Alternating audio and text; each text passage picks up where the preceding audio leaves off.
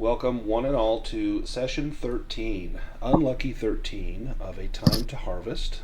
This is most likely our final session of the campaign. And let's just talk about the campaign, where we started and how we got here. We started essentially in Cobb's Corners, which is a small rural town in Vermont. Many of us were here as part of an expedition from from Miskatonic University in Arkham, Massachusetts. We were here to study folklore as well as do some geologic surveys. This was all sponsored by Federated Oil and Chemical, who had tasked the geology department with finding this rare metal called Pasqualium that had been recently discovered. And during our time in Cobb's Corners, we learned a few things. One, we learned that we were not the first expedition, that a group had been sent previously and had met with disaster, that at least one student had been found dead, and the rest were missing, presumed dead. There was a student in that expedition that did not go. The evening before the expedition set out, he broke his arm, and Robert Blaine then joined our expedition a year later. When we got to Cobb's Corners, the locals were less than enthusiastic about having us here. It brought some unwanted scrutiny to Cobb's Corners, there being, this disaster about big city folk coming in and dying, falling from cliffs and things like that, or going missing, and the locals did not appreciate it, specifically Sheriff Dan Spencer and his deputy John Cutter. They did not appreciate it at all. And the sheriff was rather brusque with us when we first met him, but the deputy seemed to take us under his wing, and he welcomed us with alcohol, which is illegal at the time, meeting us at the McLaren farmhouse and getting to know us and telling us a ghost story around a campfire about the previous owner of this farmhouse, a Mrs. Sarah McLaren, who had passed away, and has said her ghost still haunted the lands. Well, a few days later, after doing these surveys and hearing all sorts of strange tales from the locals, there was a great rainstorm which washed out a bridge, and our very own Marian was washed over the bridge as well, which is something that had happened to her sister with catastrophic endings, but such was not the case for Marian. She was rescued and was okay. But the rain did cause something to happen at the farmhouse. The water table rose and it pushed bones up from beneath a flower bed, and these bones were then exhumed and determined to be the bones of Sarah McLaren. Well, Sheriff Dan Spencer was not happy because Sarah was his sister, and we later found out, speaking with the town doctor, that about 10 years ago when she died, he had been sent out to examine her grave, because it was said that grave diggers had been out there. And they looked in the grave, and there was the coffin. They opened it, and inside was the body of a pig, which had been drained of all of its blood. He was convinced it was vampires in town, having just recently seen the film Nosferatu in New York. And he advised us to wear garlic and other such things as a form of protection in town. Clearly he felt there was something up in town. Meeting with some of the other townsfolk, we determined that yes, indeed, there was something up, and indeed the children in town seemed to be quite strange, and in matters of violence and gore and profanity, the youth seemed to have no semblance of order or discipline. And the poor school teacher had mentioned having seen some of the youth skinning a cat that they had found, among other horrible details. And they seemed to sing strange nursery rhymes about someone they called Mother. And in our searches and studies over the subsequent weeks, we found out that there was reference to a mother in some of the tomes at Miskatonic University. And this mother was Shub-Nigurath, or the Black Goat of the Woods. The mother of 1,000 young was often called, and we felt that this was perhaps that same.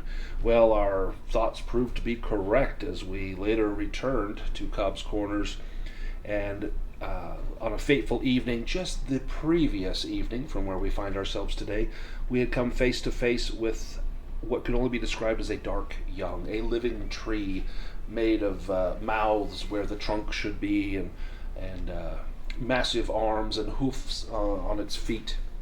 and it smashed into our farmhouse and stole away with one of the locals from town, an old widow, Imelda Cratchit.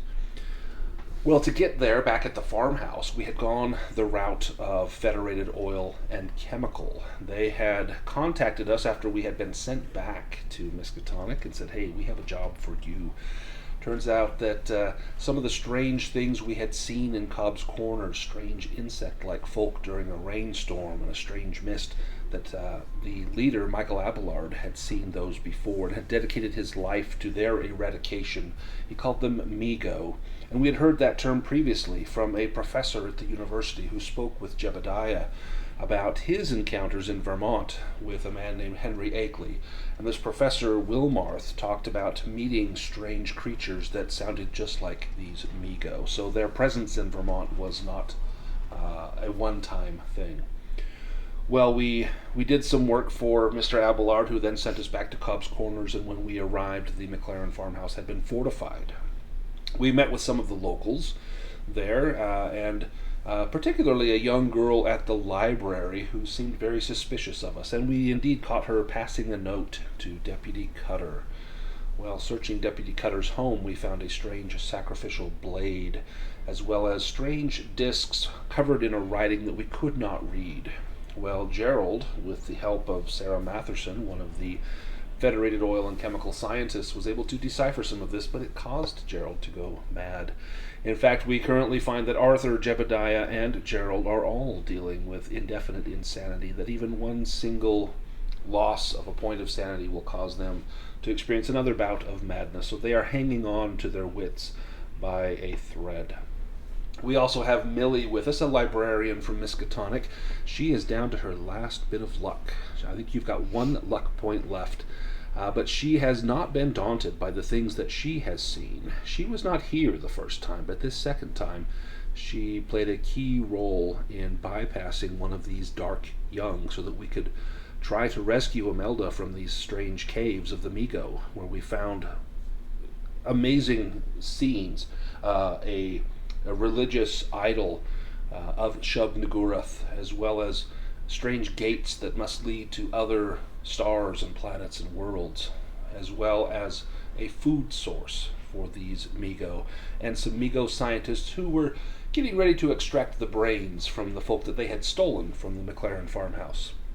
We put a stop to that, rescued Imelda Cratchit, but we were not able to rescue Professor David Drake. He had had his brain removed by the time we arrived. We also came face to face with an old nemesis, Terence Laszlo, who tried to stop us, but this time we were his better. And Arthur also destroyed the brain of Jason Trent, a young man that he had befriended during his first time in Cobb's Corners. We had escaped the Migo passageways by means of a subterranean river. There was a drain that we climbed down into the river, and it washed us back out. We were now several miles from Cobb's Corners. It is nearing dawn of October the 2nd, 1930, as we emerge from that subterranean adventure.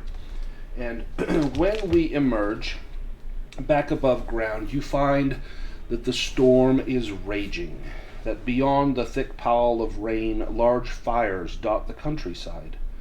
The pitch-black moonless sky is occasionally lit by streaks of lightning lashing between the clouds or striking the ground. In these all too brief moments of illumination, you see a strange area of coalescing black clouds some miles distant, which appear to be slowly descending toward the earth. It's clear that these foreboding clouds are gathering over Cobb's Corners. And that is where we begin, about 5 miles from Cobb's Corners, during a raging storm, and witnessing this nightmarish apocalypse on Cobb's Corners. We see these black clouds over that city that we have called home for a few days, a few months ago as well as now. Where do we begin from here? In fact, I can post a map.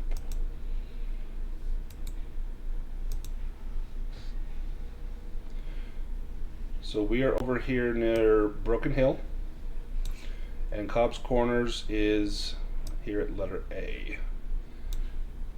Got about 4 or 5 miles to get there. I think I say to Imelda, well, my dear, I believe you've just had some very impersonal, practical research done. I think I would like to leave. I don't think I would like to stay. No, I think we would all like to leave, and I'm very sorry about your colleagues. Well, it's okay. I just think we should get out. I don't think there's anything for us here. And you can see the look of terror in her eyes.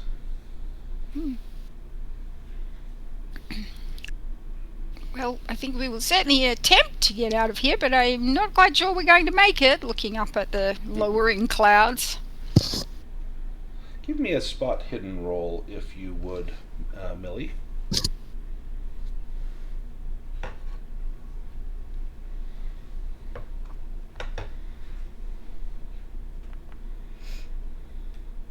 Eesh. Not quite. So looking towards Cobb's Corners, it's obscured by trees and brush. You know the general direction to it, but if you want to get a good look at the city, you would need to move. And we're kind of up on the side of Broken Hill. It's not a mountain by any stretch, but it's a little bit of treacherous terrain, and it has been raining. It may be a little difficult, but if you want to get a good look at Cobb's Corners, you would need to maybe climb up a little bit higher. That would represent your pushed roll. If you failed, you may slip and fall. I don't think she would be doing that, but she could look at the students and say, extra credit? If anybody would like, the professor and I would be sure to give you extra credit if anybody would like to attempt that climb. Ooh. That's if we live, of course. Yeah.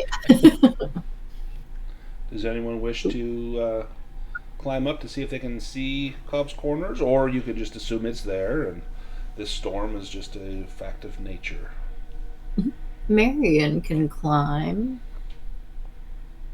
Same roll. Not today she can't. No, you can push that if you want. It's very slick, this rock. It's bare rock. There's few handholds.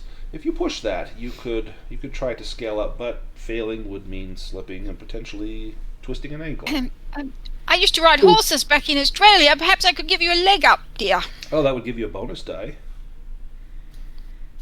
Sure. Right, Millie hooks up her knickerbockers and pushes her sleeves back, and she waits, puts her hands together and waits for you to put your foot in her hand. Roll another d10, and that will be the bonus die. You want to get a 0, 1, 2, or 3. No. So with the help, you try to climb up, and you end up scuffing your elbows on the rock, and you're going to take 1 point of damage. I'm going to mark that off in your character. As you come down, scraping the rocks, and you look at your elbows, and the skin has been worn off, and you can see that patchy red flesh beneath that the blood begins to well up upon. Oof.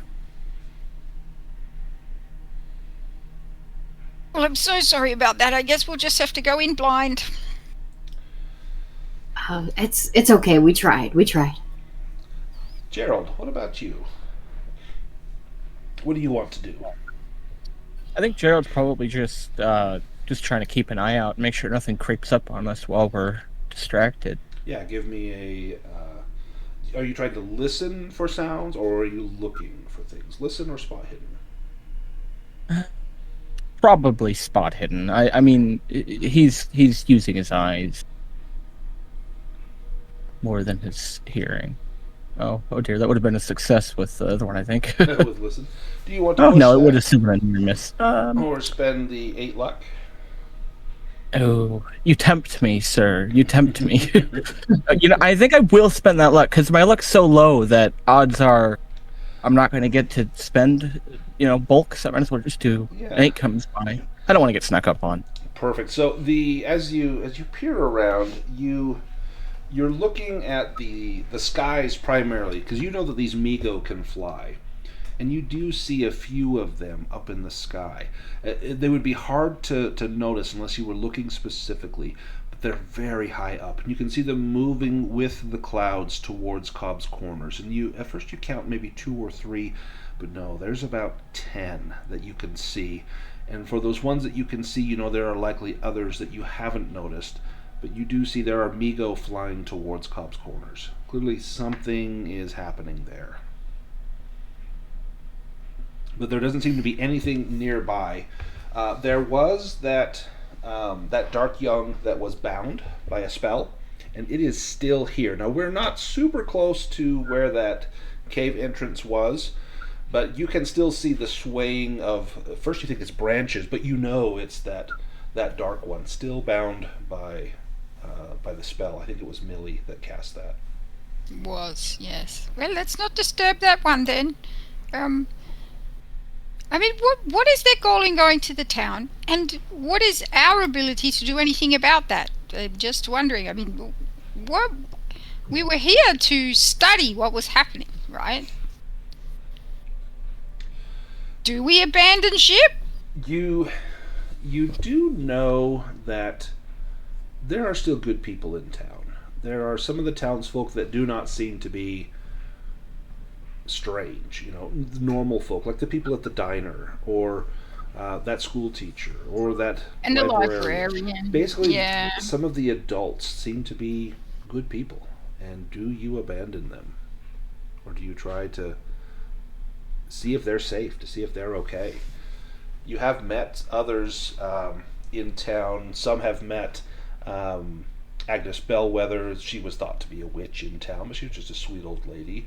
As well as Alexandra Kuzra. I think it was Jebediah and Arthur that met him. He was kind of a strange guy. In fact, he had these weird standing stones not far from his home.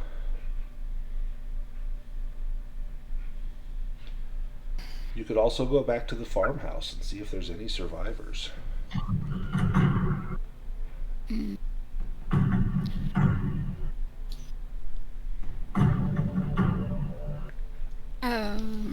What say you, Jebediah? Well, if we wish to put a stop to this ritual, perhaps Mr. Kuzro's house would be our best option, as we have reason to believe that is the site where some of these rituals occur. However, I'm not sure if that's the best idea, or if we're properly equipped. There does seem to be quite a few number of these Migos, and I'm not sure how many involved in this cult, but that may be our best option. And you know, I pat my carpet bag. I'm pretty sure both the humans and the Migos won't like this. Your firepower. You do know that most of the cult are going to be children. 6 years old, 8 years old, 12 years old. How difficult could they be? Well, I'm a librarian. I do. This automatically just like children. Yeah, this is your fantasy, like, shooting a bunch of kids that are being rowdy. Yeah. So we could find some way to restrain them. We could stun them. Could leap upon them and tie them up. I've done that before. What about Arthur? What do you think, Arthur? Well, I think if we could, maybe, like what Jebediah said, put a stop to these rituals from happening. We also have spells. I think we have, call the beings to us and then dismiss them, so that could be a way to maybe stop this from happening to this town. So, clever. In fact, Arthur, what do you know? What do you think this ritual is that they're doing? If it is a ritual, I mean, you talking with others, you've seen the standing stones in an altar. Millie and I think Gerold and Marian saw the children doing some pretend ritual around where they had set up stones in the schoolyard. What do you think that all means? And you can make an occult roll if you have no idea. Okay.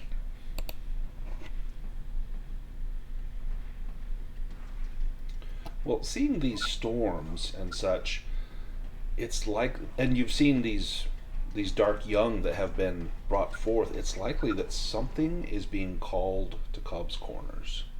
And it's probably not something small. This is probably a big event. So is it like the same thing, like we've learned with the spells to call the dark young or call? This seems almost on a grander scale. You've never seen something like this. You would have noticed when if this had happened before those dark young had been called to Vermont. This is something grander. Okay. Because I know that some of us have learned spells to dismiss certain things. So I'm thinking maybe if this is like something like a super powerful ritual, if we all use the spell, it could possibly you be can powerful pool your enough magic to... points together. Yeah. So you could try to stop this ritual. You could also try to find a way out of here. You could try to save some of the townsfolk. Yeah. That's just my thinking, is that we've learned these spells And to you dismiss and these things. Jebediah would know that there was an altar and standing stones near Alexander Kuzra's home, which is right here at the letter E. Have explosives. What if we blew up the altar and the standing stones? Obviously, preferably before there were children amongst them. What do you think, Marian? Marian is hearing everyone out, and when Millie says, "What if we blow things up?" Marian is just like, "An explosion sounds fun." Do we want to head to the Kuzra farm? Yeah. Yeah, I No, think so. I mean, I'm tossing up whether Millie, but I think the spell would only call one to her. She can't, like, call all the Migo towards her Right. in one go. So, yeah. I thought she could stand on a mountaintop and call them all towards her sacrificially, but I don't think that would actually work. So. You don't know till you try. If you want to get up to the highest peak, I think it's right up here. Looks like 3,500. I'm going to assume that's feet, which is half a mile, probably about a kilometer in elevation. I'm not sure, Tina, It if just you says use it brings- metric or if you use imperial. So I've been doing conversions in my head, and I would prefer metric. So we're gonna call that about a kilometer in elevation. Well, she's 66, so she'd be having to trot pretty quick, but also it only brings a random member of the species. So. Yeah, so that She may can't, not be like, good. But if call you, it and have all the flying ones kind of turn towards her and come towards her. So I love that idea. So maybe if you pump enough magic points into it.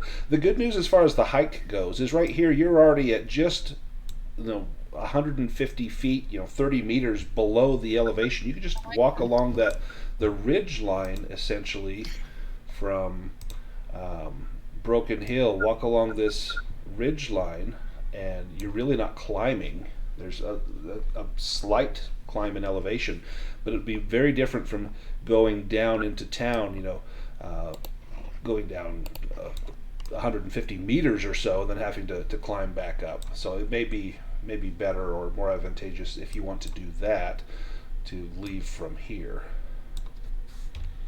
well, young ones, what if you and the professor go down and try to stop the ritual, and I will try to call the Migo to me so that they aren't bothering you, and then pat my carpet bag. Perhaps I can deal with some.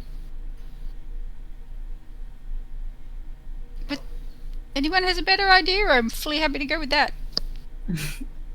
Now, Marian, you're the only one that's not on the edge of insanity.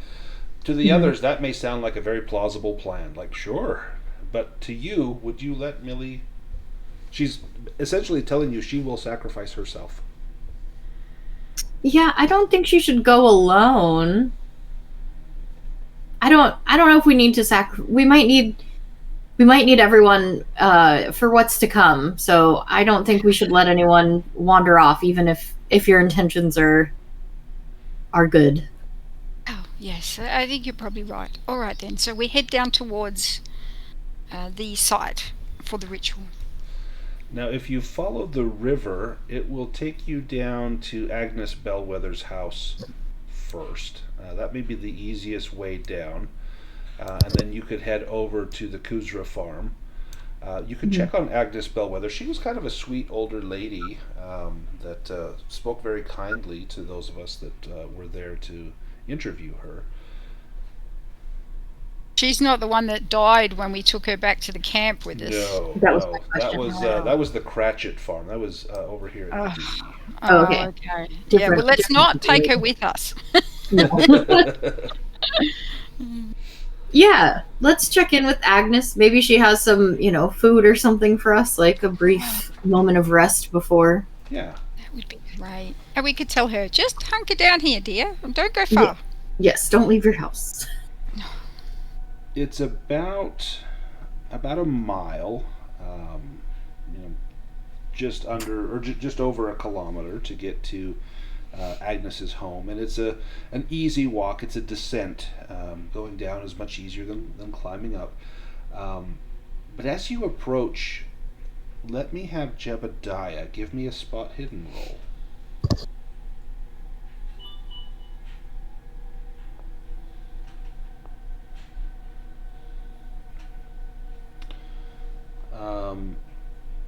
If you push that, that means you're going to get up to within 20 or 30 feet, 10 meters or so of the home, to see what you might be able to see before you arrive.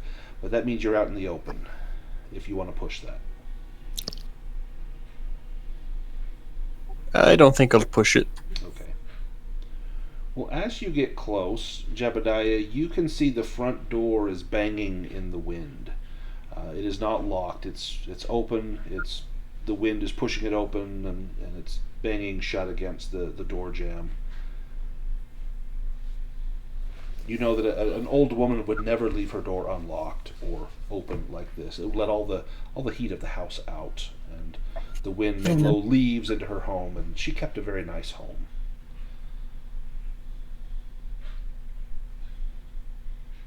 Oh dear. Well, it's entirely possible that she fled danger. I hope so. Do you want to go check? Yes. Marian, as you cautiously approach the door, give me a spot hidden roll. And this is not to see something, but your other senses. Ooh. Excellent. I was going to say, with a hard success, you smell something. It smells like a freshly butchered animal. It's got kind of that irony, bloody, organic sort of smell. You can smell it coming from the home. And inside the living room, there are signs of a struggle. There's overturned furniture, smashed ephemera, vases and pictures and things are smashed along the floor, and you see spattered drops of blood. No. Is anyone else in the house, or is it just Marian, like in the party? I think anyone- Gerald goes Marian, in? yeah. Okay. Okay. And Marian turns to Gerold and is like, do you think she's the sacrifice? Well, good news and bad news. Good news, no, I don't. I don't think they would sacrifice her so messily. It would be in a controlled situation. The bad news is it seems like she's been murdered, so, well, yes, oh dear. From the entrance room, the front room, there is a doorway that leads into the kitchen, or there's a hallway that would go into her bedroom, if you want to go in any further. And it's still in the house from how it seems right Very now. still. Yeah, you don't hear any motion. There's no lights on. It's very dark. You do have flashlights, so that's how you would kind of glance around the front room.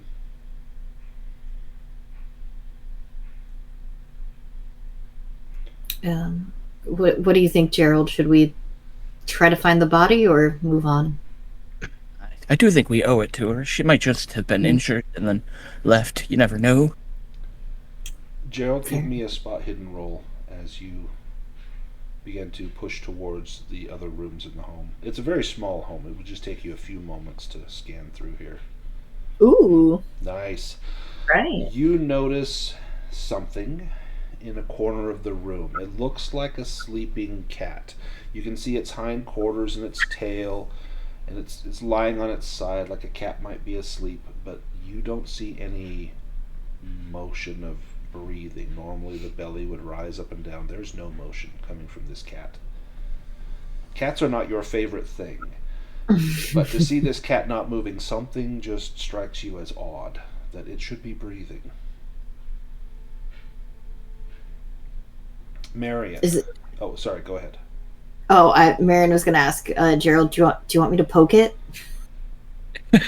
Yeah, I think Jim's got his rifle leveled at it. So if you want to like approach him and poke the flashlight. Marian, as you go up to poke the cat, you pause as you realize the cat does not have a head. Out of the stump of its neck is a pool of blood that is coagulated. It's been here for some time, at least a few hours. I think she'll just shine the flashlight on like the stump where, you know, the head should be and be like, we don't have to worry about the cat. What are the other individuals doing? What's Millie, Arthur, and Jebediah doing? Could I maybe look around the outside of the house? Yes, give me a spot hidden roll.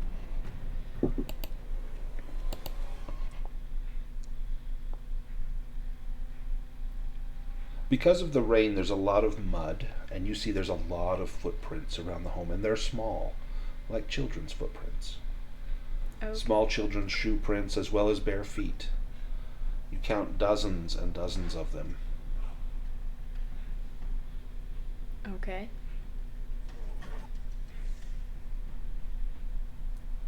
Marian, do you and Gerold go into the kitchen? Yeah. In the kitchen, propped up on a wooden chair, is Mrs. Bellwether, or at least her body. It is deeply scored with slashes and cuts that go right to the bone. You notice the imprints of children's feet in the sticky pool of blood surrounding the chair. No. Apparently her murderers danced as she died. That isn't the worst part, though. Mrs. Bellwether's head is nowhere to be found. In its place sits the head of her beloved Beltane. The cat's mouth opened in a silent shriek of defiance. Marian, give me a sanity roll. God. And so in the book, there's actually a picture of this woman sitting in a chair with a little cat's head on it. But I wanted to spare everyone having to see that. Yes. Okay, here we go. Yeah, you will lose 1d6. Let me roll. 1d6. Oh my. And when you fail a sanity roll, you will have a reaction, a bout of you know, a gasp or drop something. What happens to Marian? And I'm going to reduce your sanity by 2. Oh, I just did it. Oh, you did it? Okay, perfect. Yeah. Yeah, I think she's just gonna, like, scream. So those outside the house, you hear Marian scream from inside the home.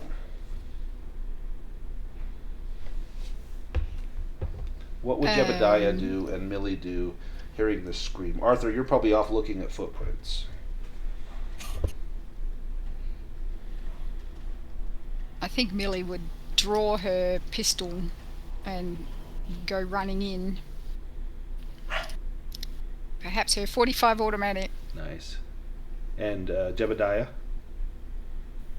Well, I know that Millie can handle herself. I best not leave Arthur out here alone. I'm going to go catch up to Arthur and make sure he's all right. You see Arthur kind of squatted down on his haunches, and he's putting his hand into one of those little footprints, almost measuring the size of the foot, and he's thinking to himself, this child can't be more than 5 or 6 years old. And Arthur, you turn and see Jebediah coming towards you, his flashlight shining down on the ground near you. What does Arthur think about this? Well, obviously the children have sacrificed or done some weird ritual or thing to Miss Bellwether. Are there footprints like leading away from the house? Yes. Where did they lead to? Give me a tracking roll with a bonus die.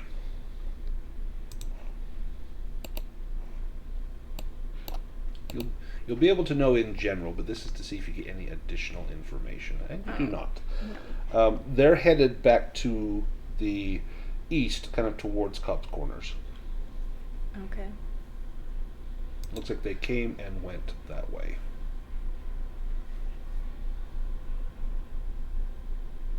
Those inside the house, Gerold, you hear a scream coming from the kitchen. Do you go in to see what has caused Marian to let out this scream? Yeah, I don't think he was far behind her to begin with, so he would definitely go running in there. As you come in and see the body of this old woman with a cat's head on her shoulders, give me a sanity roll. And you will suffer more if you if you fail this, because this is one of your phobias. Time to break out that I cycle. almost think he would enjoy this as like an art piece. Looks like he did. So you will. He's a dick. You will. Well, okay. Tell me, how does this make Gerold feel, seeing this decapitated cat atop a woman's body? I mean, obviously it's horrifying. There's no ways around that. This old lady did not deserve this fate. But like, these children have, like, you know, we saw the children getting ready to eat that cat last time. It's not nothing terribly new to Gerold, so he's kind of used to that, and he's seen a lot at this point. He has shot people, he's hit people in the head with a rifle, and you know, so that part doesn't bother him as much. And then it almost seems like an art piece, like they've taken the time and effort. These little children, the whole like supernatural nature of it, just really, I don't know. It just shocks and appeals to Gerold. I love that. You're going to lose 1 point of sanity, which this is going to cause a bout of madness because you have indefinite insanity. Give me or roll a d10 for me if you would. And then please roll one more.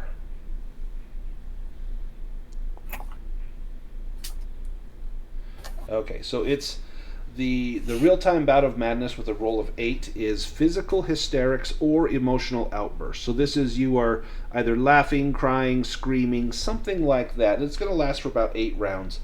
You could be just enraptured by this as a work of art, maybe fawning over it. I'll let you tell me what Gerold does. Yeah, no, I think it's exactly that. He's almost doing like the Dexter thing of just like, he in his head, he's just like, wow, they've really taken a lot of time and effort to do this. And to anybody else, he looks like a goddamn lunatic. Do you reach out and like touch the cat, the head of Beltane? Oh. Yeah, I think he reaches out and he closes its mouth. He closes that, like it was opening that roar. And Marian, when you see this, what is your reaction? I think she like, you know, has the like knee jerk, like tries to reach over and like stop it, but she's like too slow. She's like, "Oh, don't touch that." Oh, You touched it. oh, okay, all right. Seeing that Agnes Bellwether is dead, there is no saving her. Anything else you find in the home only indicates that there was a scene of violence here.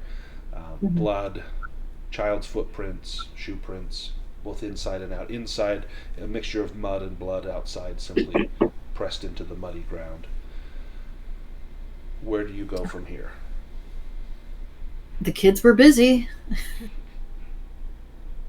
You head back to the Kuzra farm. Yeah. This will take a little bit of time, during which time, if anyone is short on magic points, you're going to recover 2 magic points. In fact, Millie, you're at 12. So if you want to move your magic points up to 14. I don't know if anyone else is low. If not, you'll replenish 2 magic points during this walk and this time. As you get to the Kuzra farmhouse,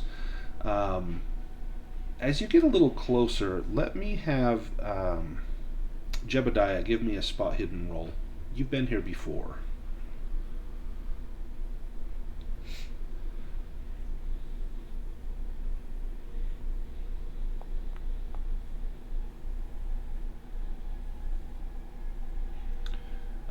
The rain makes it difficult to see, and you actually have kind of some bad memories of the time you were here. You can push that if you want, but that means there will be a consequence if you fail. No, I don't think I'll push it. Well, as you get closer, you can tell that his home is no longer there. It's now a burnt out husk. All you see are blackened timbers where his home once stood. But there is there's a trail that leads from his house to those standing stones. You don't see any charred or cremated remains inside the house. You'd have to dig around if you want to be certain, but you know where the path is to go out to those standing stones and that altar. Do you guide the rest of the group there? With caution, yes, I will try and find the way there in the dark. Now, Arthur, you know there's a grove of trees near those standing stones, and this was a very uncomfortable thing for you to do once. Is this uncomfortable for you to do again? I think I'm still a little bit hesitant to go into the woods, but I know that where we're going is important, and I already did it once, and I ended up okay, so. Well, after a time, you will all find yourselves at the standing stone circle, where you can make out a man's form slumped over the altar stone. As you draw closer, it appears as though he's kneeling before the altar, his hands gripping the stone, his head lowered and bobbing slightly as if in prayer. But then you see there is a 16-pound or 7-kilogram sledgehammer lying next to him, as well as a large kitchen knife embedded in his back. 3 of the standing stones have been smashed into large chunks. The bodies of 3 children, their corpses bearing signs of massive blunt force trauma, lie close to the broken megaliths. In addition, the bodies of 20 or so adults lie in a heap at the bottom of the slope.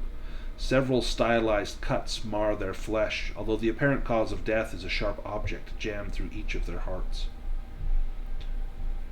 Kuzra lets out a cough and gasp, sensing your approach.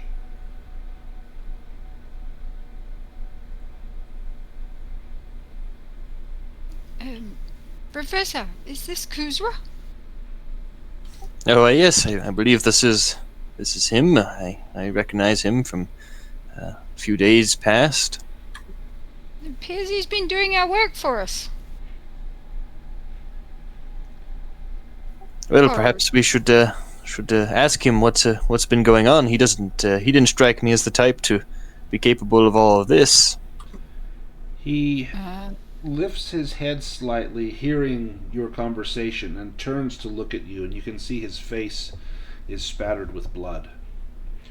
And in a hoarse voice, he whispers, "I hear the Striga's Sabbat outside my house. I hear many children and a man. I am thinking it is Sheriff. I crawl like dog through thickets. I see terrible things. Many children dance and sing around hill.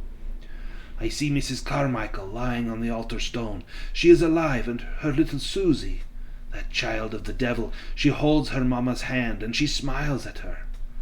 A man at the altar, his back is to me. He keeps cutting on Mrs. Carmichael, but she just stared at her daughter.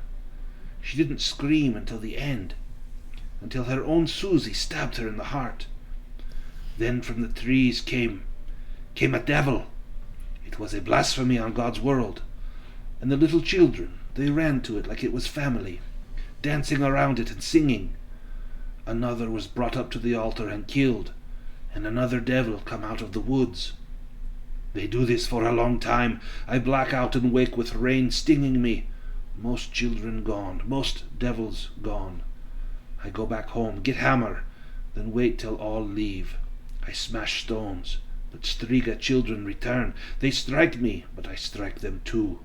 This rain, I think God sends this rain to wash away this evil. Like Noah, yes. And he begins to whimper and gasp with pain, a truly pitiful sound. Can we attempt first aid on him? Yeah, I'm give gonna me a nasty first aid feeling roll. If we pull the knife out, that's probably not going to go well, but...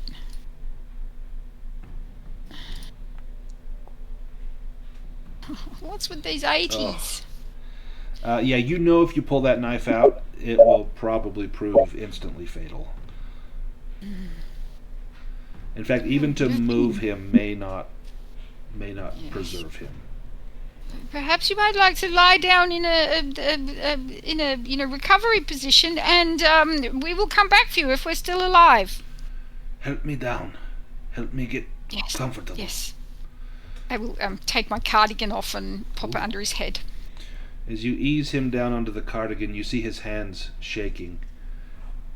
And he says, "It is coming. It is coming." And he closes his eyes. And you hear him just whimpering and grimacing in pain as death comes for him inexorably. You were brave. I'm sure your God will take you to heaven for that.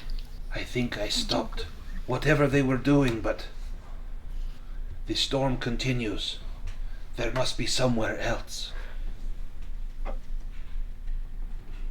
Thank you. Rest peacefully. Yes. Well, now where do you go? I look at the others. I give him a last pat, close his eyes if he's actually died, and I say to the others, where would there be another ritual? Where could they hold one? Well, Arthur said he found some footprints. Perhaps if we follow the tracks from this site, though the rain may have washed them away, we might be able to find them, or otherwise I'm not sure where they might have another site like this. School ground? Did the kids going off into the forest from the school ground or something? I'm trying to remember. You do recall that you saw them reenacting this on the school grounds. Yes. I saw them reenacting something like this on the school grounds. Do you think that could perhaps be an alternative? Or have they finished the ritual? They came back. Well, into town then? Mm-hmm. As you turn and look in the direction of Cobb's Corners, you can all see through the flashes of lightning as it ripples across the underside of those dark clouds. You can see smoke rising from the town and the glow, not the glow of dawn, but the glow of fires coming from Cobb's Corners. Do we head off? We head towards town? I say to Arthur, Arthur dear, what do you think they're actually doing with this ritual? Obviously some sort of arcane thing. Well, Mr. Kusra said that after they had, I guess, performed the ritual, that some sort of devil came out of the woods. So maybe they were calling them from the woods. Do you think they were calling Migos? Or were they calling Dark Young, I wonder? I'm not sure. I should have asked if they had wings. Oh dear. We say this is we're heading to... Are we heading towards town? What are we doing? I think that was the plan, right? Just to try to see if... Go to the school ground? Yeah. Okay. So head back towards Cobb's Corners. Mm-hmm. It is dark still. Dawn is maybe an hour away. The storm continues to rage as you head towards Cobb's Corners. As you do, Gerold, give me a spot hidden roll.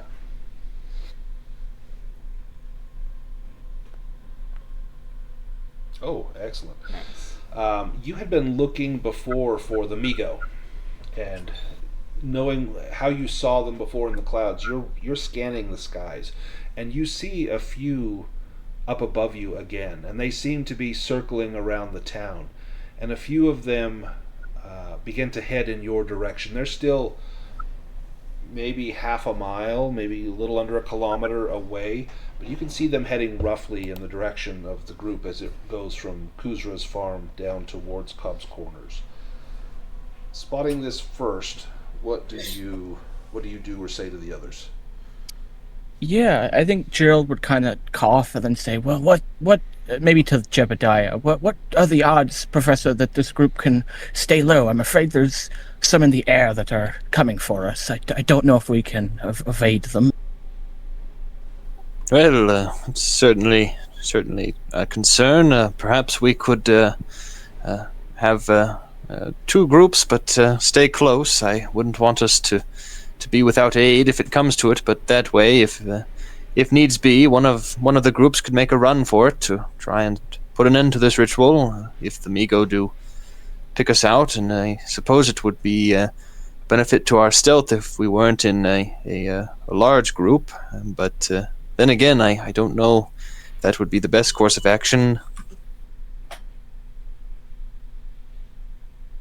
Better than anything I can think of, Professor. I'll if they do attack, I'll try to hold them. Get the smart ones out. Yeah, definitely. Now, if you propose to split up groups, what are the two groupings? One of the oldies with each group. So Jebediah in one and Millie in the other. I think so. Who goes with Millie? Marian will go. Come on, dear. Perhaps Arthur should stay with Jebediah, so we have spellcasters. So then what about Gerold? Yeah, the odd one out. I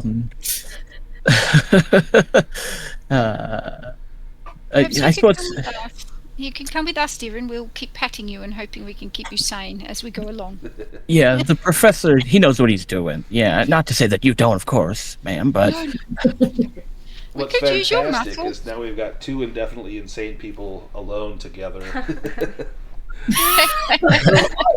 Oh, well, Gerald's not going to help with that, though, No. is he? Yeah, no.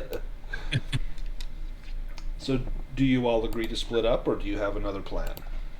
But we're not going out of sight of each other, right? We're going to try to keep fairly close together. We're just like two sneaking parties kind of sneaking in together, but apart. What I can do is someone from each group can make a stealth roll. Whoever is the best at that can make that roll. So from the first group with Millie, who wants to make that roll? Millie, Marian, or I have a 20. Gerold? Same. I 20. I also have a 20. Who feels lucky? Or who has the most luck? Yeah. We can sort of hold hands a little bit and kind of try and help each other as we go, and then somebody might get an extra dice. I Well, can give you a I'm the bonus adult. die. I think a bonus die would be... There is a storm raging, and it is dark. I'm the adult. I'll take the You'll take the Take, responsibility. I'll take the responsibility for sneaking. And then how about Jebediah and Arthur? Who wants to sneak there? Ooh. Oh, Whoa! wow, you got Nice. it. Yeah, Nice. just watch this little stick there. Don't tread on the stick, and then on we go. And watch out for that branch. Yeah, there's like one tree out here that still has some leaves on it. You just kind of stay under the tree. And what about Jebediah and Arthur? Who wants to make that roll? I have a 61. Well, Arthur. Ooh, Arthur's Oh, really 60. stealthy. Yeah. I will do what I can to help you, Arthur, but I believe you are going to be more suited to this. Take a bonus die with that, Arthur. It takes a great deal of skill to sneak up on one and sniff their peaches without them realizing. Oh, dude. I forgot Arthur did that. Smelled somebody's dessert. Nice. Excellent. Well, you are both adequately stealthy. This allows you to elude these Migo that have come in search of others, whether they are specifically looking for you or looking for other townsfolk you don't know, but you manage to avoid them. You're not separated by far, close enough that you could shout and hear each other and maybe still see each other, but you can head down closer to Cobb's Corners now, if you like, having evaded the Migo. As you start to get closer to Cobb's Corners, there's a few farmhouses here and there. You can see some of these little black squares on the road. These would be farmhouses. And as you start to pass by one of these, you can let me have Millie, give me a listen roll.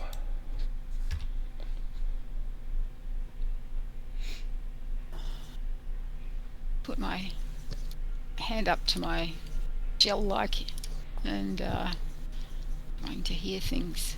I hate these 80s today. No. Probably shouldn't ask an older person to try and make a listen roll. My hearing's getting worse the older I get. Let's go with someone young. How about that Marian? Give me a listen roll. She will listen. Woo! Oh, there we go. Nice. Oh, you have a really high listen score too. Perfect. You hear a series of gunshots coming from the direction of that first farmhouse right there. It sounds like a shotgun. Yeah, Marian's just like gunshots and like points in the direction. The professor and Arthur didn't wander off that way, did they? I think you guys are still. Are we still kind of Did you close? stay split up, or are you still relatively close? I think you were going to stay probably not more than 100 feet apart. Okay. Yes, I think we're within about 30 meters of one another. Then she'll probably just kind of like mime a gun and then point in the direction. And it's tough to hear over the storm, but you heard it distinctly. Mhm. Do you want to go that way or go around it? Well, Arthur, I think Marian wants us to draw our weapons.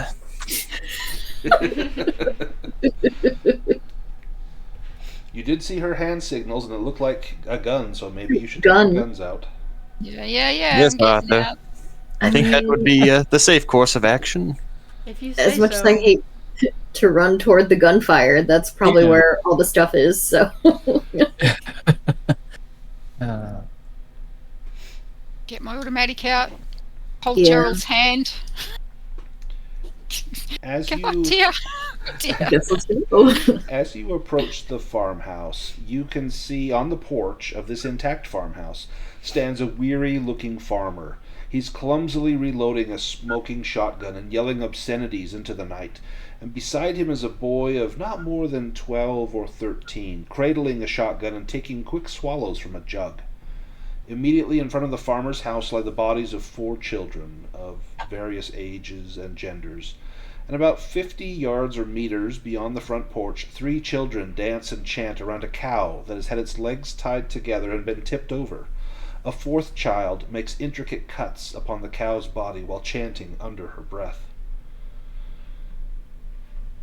What you are witnessing is a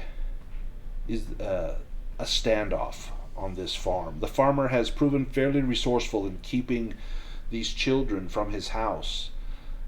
And you see a few faces from the windows watching. But this cow is being sacrificed, not 50 meters from this farmhouse. Oh dear. I think if they finish that sacrifice, then we get another Migo. Is that right? Possibly worse than a Migo. Oh dear. All right. Oh, we really don't want any more of those dark younks. They were worse. Far worse. Mm-hmm. Now, the farmer has not noticed you. He is intent on those children. He's reloading his gun, intending to go out and put an end to them, or at least put his family cow out of its misery as you all approach. What do you do? Oh, so if the cow is killed in another way, then the ritual isn't finished? Well, give me an occult roll. Okay. Arthur, dear, what do you think? Good idea. Can I make an occult roll? Sure.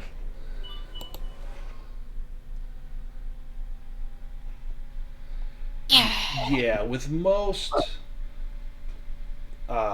sacrificial offerings, whether it be animal in ancient times or other offerings, typically it has to be consecrated to that end. If you just find something dead, that doesn't count. It has to be killed with that intention and that purpose. If this cow were to die before the ritual ended, it may well mean a halt to that ritual. Then we shoot the cow! Shoot the cow! Now. No. That's easy done. From this range, it would take someone with a rifle. Does someone have a rifle? Gerold steps forward. You've taken a crack shot before. Do you do it again? Oh no. Well, he hears shoot the cow, and he sees a cow getting, like, tortured. Yeah, I think that's a pretty straightforward order. Go ahead and roll the firearms, the rifle and shotgun skill. No, Gerold, no. Your first shot misses by quite some distance. Give me a luck roll to see if you accidentally hit one of the children. Oh, that would be lucky. Shame. Oh no. No, you don't hit one of the children. But the children turn, and you see a look in their face of absolute horror. They've got wide eyes and bared teeth, their lips peeled back in cruel smiles. Many of them are spattered with blood, and some have entrails draped around their necks like jewelry. And two of them... I don't think we can renovate these children. I really don't think they can come back from this. Two of them break off and sprint towards the sound of the gun. So, Gerold, you now have two children within about 50 meters, sprinting towards you. Let's go to Marian and Millie. What do you do? And then we'll go to Jebediah and Arthur. Since you're kind So of how far away are we from these children? About 50 meters, 50 yards, which I think is out of the range of your pistol. Yeah, I've got 20 yards range on my Thompsons. Let me just check. What is this How submachine far gun? can I name? throw a hand grenade? You could throw a hand grenade, absolutely. All right, I'm going to throw a hand grenade towards the cow. Yes. I think it's... Yeah, the range on your handgun is usually like 15 meters to have any sort of effectiveness. You can roll it at longer range with a penalty die, if you like. Oh, nice. Roll the throw roll there. Amazing. Okay, and this is at the cow. This is at the cow, but if I get the kids, that's okay. If I get any kids. Go ahead and roll damage. So you watch this granny with her blued hair, and it's probably not very well set at this point. Pull the pin with your teeth, and yeah, your teeth pulls the fall pin out. with her teeth and just drops her carpet bag at her feet and just chucks it. What we got here? Oh my. Okay. So from 0 to 3 yards of the blast will be 20 points of damage. 3 to 6 yards is 10. Okay. Here's what happens. You lob this grenade, and you all see it kind of spinning. It's got a nice little rotation on it through the air. There's a flash of lightning that backlights it, and it hits the ground in front of the cow, bounces a bit, rolls next to the cow's belly, and then there's a huge explosion. Shrapnel goes in every direction. You see chunks of cow, one of its back legs blown clean free, great strips of hide, rib bones, entrails, and you see two of the children that were standing next to the cow just get obliterated. You see their bodies break apart like bursting a water balloon. A fine red mist fills the air. You have killed the cow and two of the children. Give me a sanity roll for that. It's the cow. I didn't want to kill the cow. Oh, you did kill the cow, but you got a few children as well. Yeah. You've always wanted to do this, so... Yeah, they draw in the books. They're terrible. Yep. So yeah, no problems there. She's tough, Millie. What about Marian? You've got two children still running towards your location. They're getting closer. She does have a submachine gun, so... You'll pull it out and hose them down? Yeah. Okay. I mean, their parents are not alive to mourn them anyway. I think they've killed them, so... Right? Go ahead and click on the firearms submachine gun skill. Yeah. Not feeling great about it, but, you know, she's gonna... Ooh, do you spend 3 luck to make that a success? Yes. Okay. Yeah. Oh, wait. Hold on, I started to take it out of the thing instead of clicking on the... You could do either one. The math will There we go. work. Okay. Perfect. That's going to be your first burst. That's going to be 3 rounds. If you want to continue to fire or to move to the next child, so that's the first child will get hit by 3 bullets go in that direction, one of which will actually land. You can then turn and hit the second child if you want. You can roll that again, but with a penalty die to see if you hit the second child. Sure. We'll try it one more time, just to see. With a penalty die. Yeah. Okay.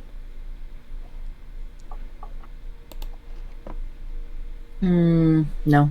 Not quite. You can continue to fire, but now you'll have 2 penalty die. It just costs you ammo, but bullets are cheap. It's true. Okay, we'll try once more. 2 penalty die now? 2 penalty die. Dang. Okay, let's see what happens. Tragic. You can fire Well, again. It will cost you 3 more bullets, but this time you need a hard success with 2 penalty die.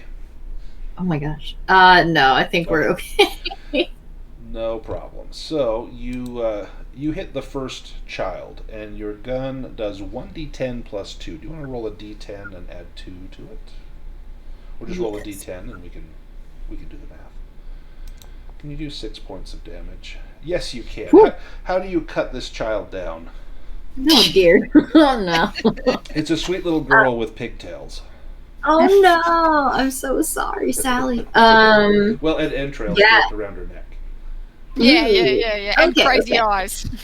Yeah, I think, at first she pulls the gun out and she sees that it's like just a kid with like pigtails and stuff and is like, oh no, but then she catches the entrails and the crazy eyes and is like, oh, that's right.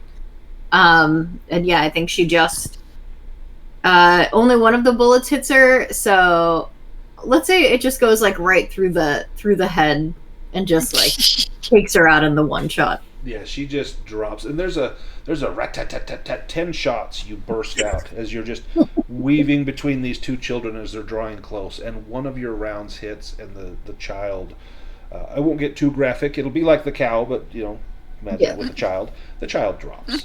Give me a sanity roll, please. Oh boy. Okay. Come on, Marian. Woo!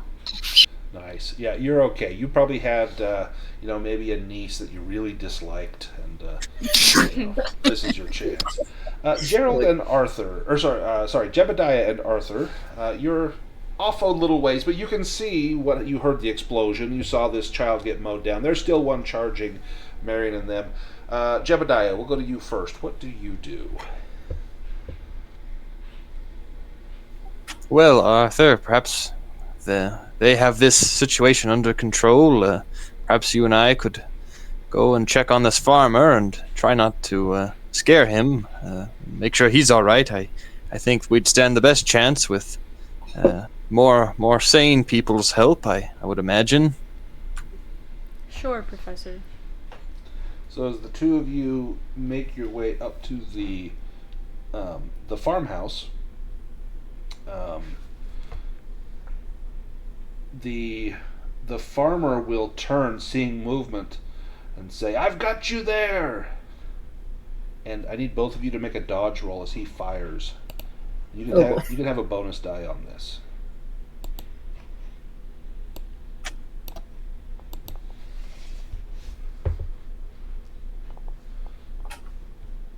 I think you're both okay. Yep, you're both okay. So you probably split up so you present less of a target, and the shot goes in between you. You can hear the whine of the buckshot as it blasts past you.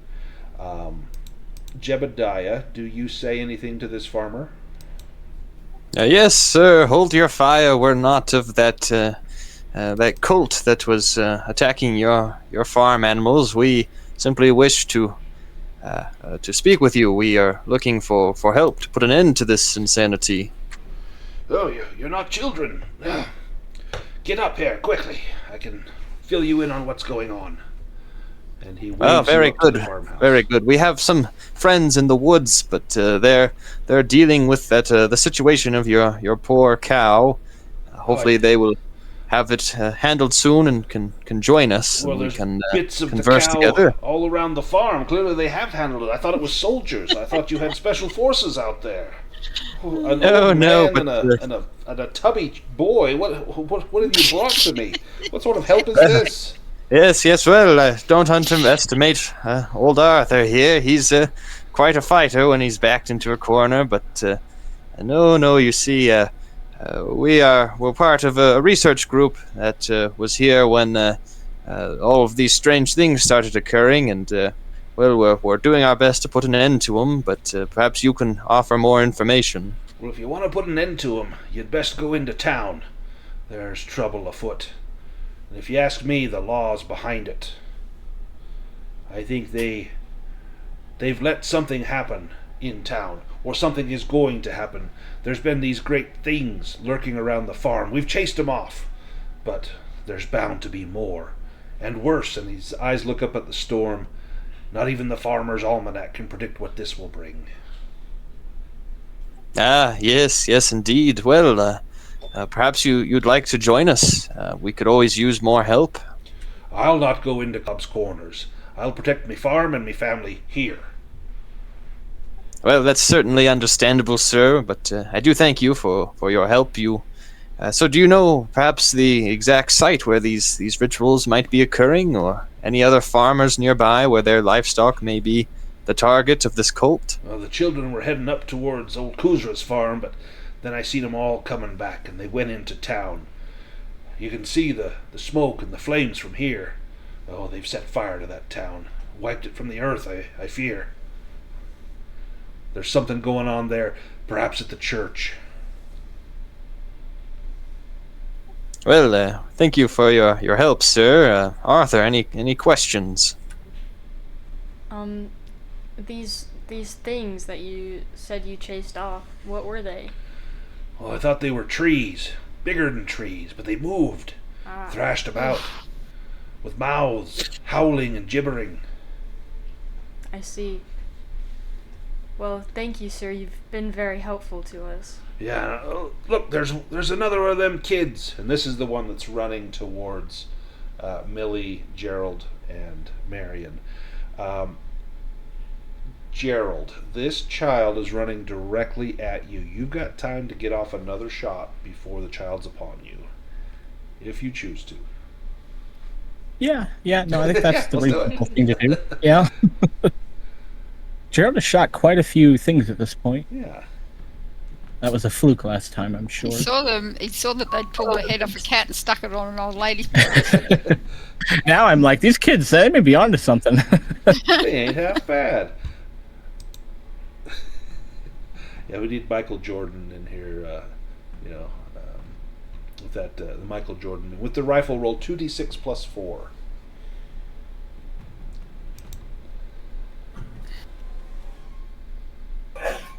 Oh, yeah. How do you take out this child? Yeah, it's just like a center mass shot. It just takes him out, flops over as he's running. Oh, yeah. Kid just hits the deck, rolls a few times, and just lays there. Give me a sanity roll as well. Come on, Gerald. It's only fair. He's only got a couple bullets left. Nice. If he goes crazy, don't worry. Oh. What a bunch of hard asses we are. Absolutely. Yeah, you guys have, you started out kind of timid, but now you're lobbing grenades and mowing down kids with Tommy guns and point blank with a rifle on a 7-year-old boy. So. Yeah. Oh, good shot, you two. Thank you. You see Jebediah and Arthur waving you up to the farmer's house, and they kind of fill you in on what he said, that the children, they had gone out to Kuzra's farm, but then they had come back, and great, terrible beasts had been seen lurking about, but the children seemed to be headed back towards Cobb's Corners, and there was some question about maybe where they might be doing this. He thought maybe the church, he thought the law was behind this. Apparently the law is doing nothing, so if they're doing nothing, maybe they're responsible for this. And that sheriff and his deputy, they've always been a little strange, if you ask me. Arthur, give me an occult roll. You need a hard success with this one to get some insight. Oh. Nope, but you still get a success. So there could be any number of places where the children might be doing this ritual outside of Kuzra's farm, which has been destroyed. Typically, they would want an altar and maybe some standing stones. Something like that would do. That's all you know. Perhaps we can follow the smoke or the fire. Do you head down to Cobb's Corners? Yes. Yes? Yeah. All right. Let me grab the map of Cobb's Corners.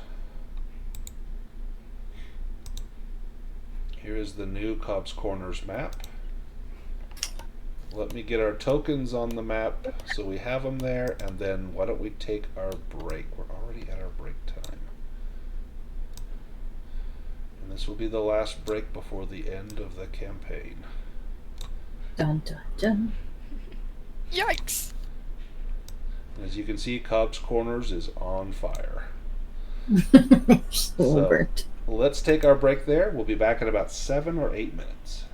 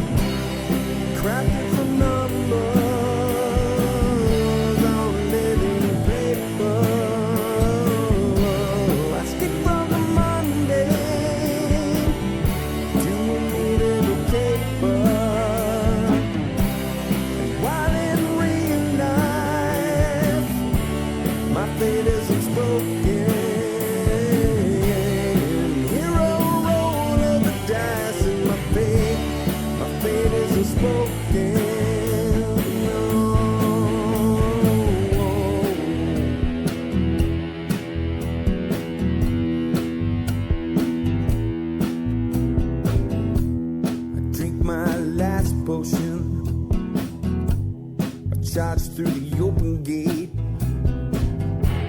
The flame of the dragon tried to seal my awful fate with a handful of dice. 5 times I rolled 20. The dragon goes down. The DM helped plenty. I leave with the princess, a satchel chock full of gold. We head to the tavern where my mighty tale unfolds.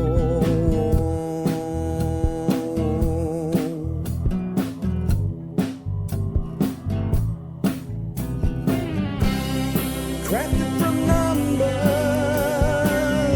on living paper. I skip from the mundane to a naval caper.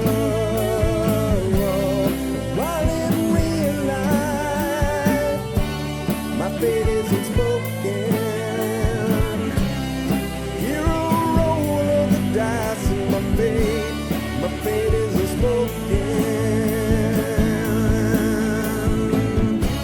The king he honored me with a mighty crossbow. It's blessed by the elves, he said. I thank him and I go. The life of a hero, struggling to stay alive. It's worth all the hardship though, 'cause now I'm a level 5.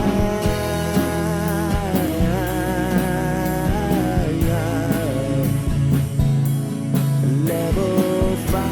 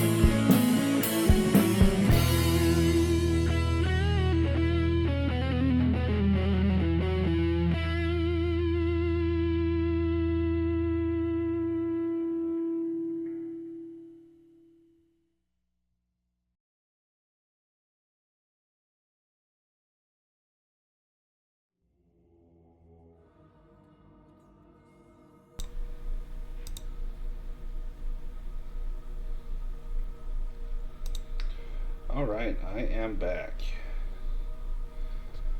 Roll call if you're here. Hello. I'm here. There's Alex and Henrik. Hello. There's Tina.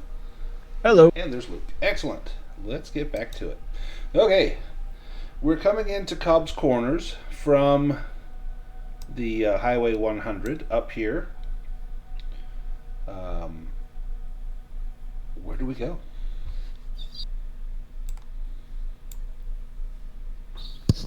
Are we still stealthing and staying apart? Or we've come together now? I think we came together, but we're still kind of sneaking. If you do want to split up again, you can. Oof. I don't think we should.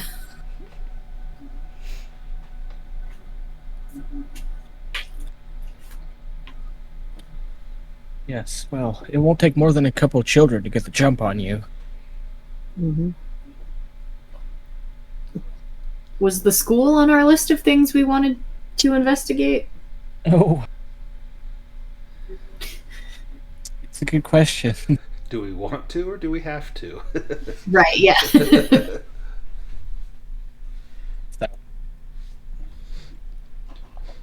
Yeah, good, nice.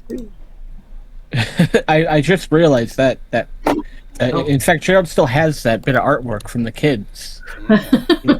Kids dancing around some sort of dark storm cloud, just like there is above Bodies. Cobb's Corners right now. In fact, the clouds above Cobb's Corners are taking on a reddish, purplish, almost like a bruised color, and they are thick and dense, and you can notice that there looks to be almost like an eye of a hurricane, a small opening in the center, and it seems to be centered right over the town. This is a very unnatural formation of clouds. In fact, if anyone wants to make a natural world roll just to see if they pass, you would know that this is not a natural formation of clouds. And then you might get an improvement roll at the end. I'm not better than natural world, but it's all done via books. Oh, well, there's a 5%, Someone so did. yeah, Marian knows this is not normal clouds. Hey.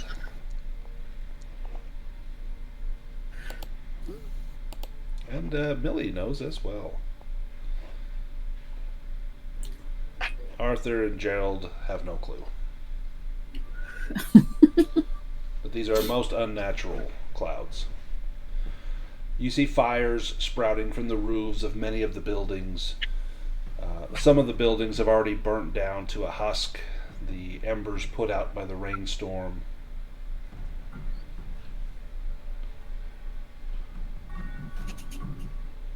Where do you go from here? And it's not listed on the map, but this house here near the bridge, that was Cutter's house that you guys snuck into. Oh, right. Long Rail Bridge. Where's the eye of the storm? It's kind of right over the center of town. Oh, okay. Is the school in the center of town? It's the eye's probably big enough to encompass most of the town. Most of the town. It's Okay. maybe not centered over the school itself, but it is over the town. Probably, maybe like you can see like a big sinkhole. It's probably centered over about that, or maybe a little bit off to the side. Can we hear any specific voices coming from anywhere? Give me a listen roll. Well, this is not very good for Millie. Here, listen with your young ears, you guys. Turn up your deaf aid, see if you can hear anything. Yeah. Let's listen again. Battery's nearly flat. Yeah, actually, Marian, you can hear a lot of almost like singing, chanting, maybe. Millie as well. You can hear the crackle of timbers, but it sounds like a bunch of school recess, a bunch of children out to play, and you can hear the delightful little voices of those children.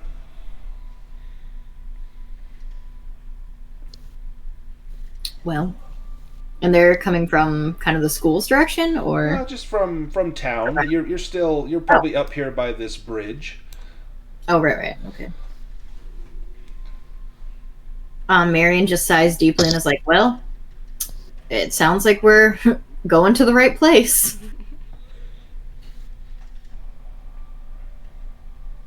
Nope.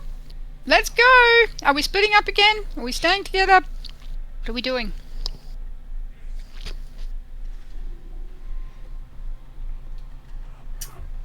I think since the town is on fire and we're not quite sure where we need to go, and the children are possessed or something, maybe we should stay together as a group.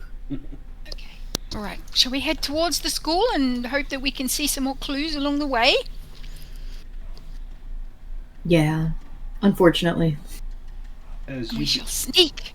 As you begin to head down into town, you notice that the rain has actually become noticeably lighter, probably due in large part to that huge eye, or the hole in the clouds up above you.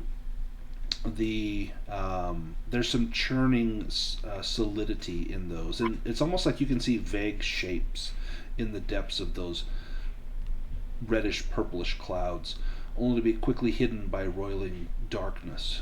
And you know that if you stare too long, you may begin to see even more shapes in these clouds, and it gives you that prickly feeling on the back of your neck, and the hair on your arms begins to raise as you look up at those clouds, knowing that there is nothing good or wholesome in there.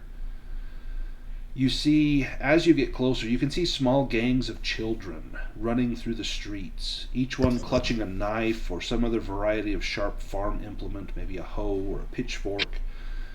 And there is body parts of adults strewn everywhere: feet, legs, arms, hands, fingers, ears.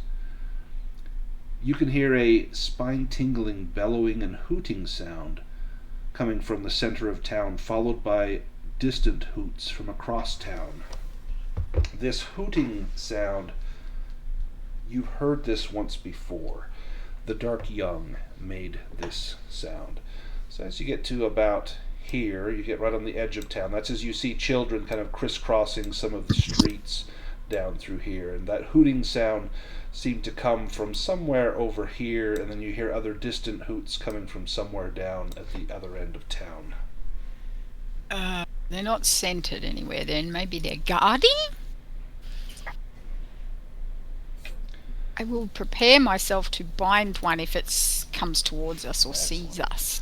The road from here into town, like from where you're at right into town, that main road does not seem to be guarded at all. But as you're scouting around and you hear these hooting sounds, Millie, give me a spot hidden roll.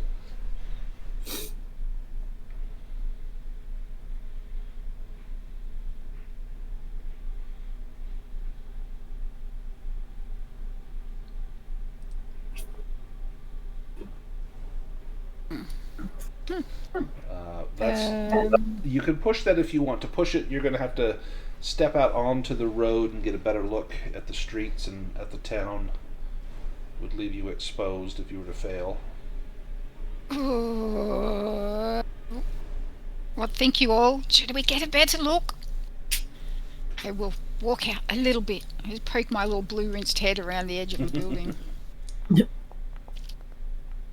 Oh, that's good. Oh, very good.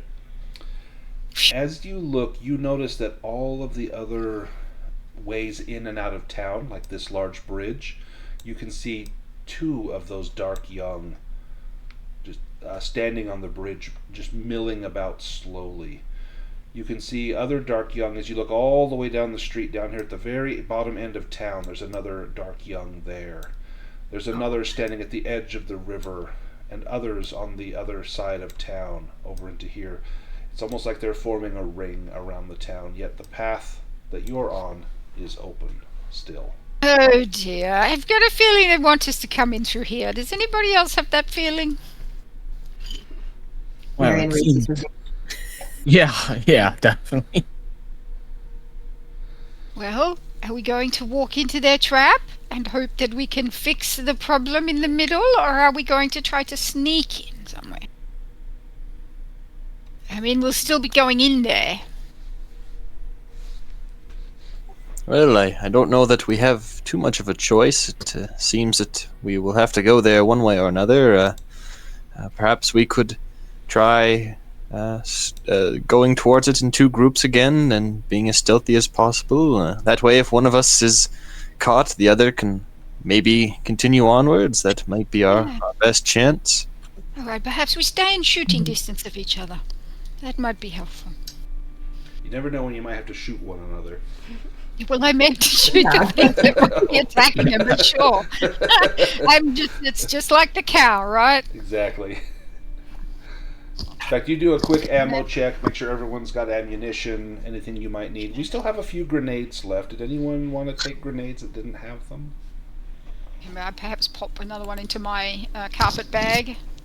Oh, no, actually I might. Oh, no, I left my cardigan. Oh, you did? Yep. Yep. Sorry. I do have pockets in my knickerbockers. Perhaps I'll pop one into my knickerbockers. Perfect. I'll take a grenade. Perfect. Why not? Let me throw a grenade on your character here real quickly. Here, Arthur, this may come in handy, and I'll toss Arthur a grenade. Oh, let's hope he catches it. And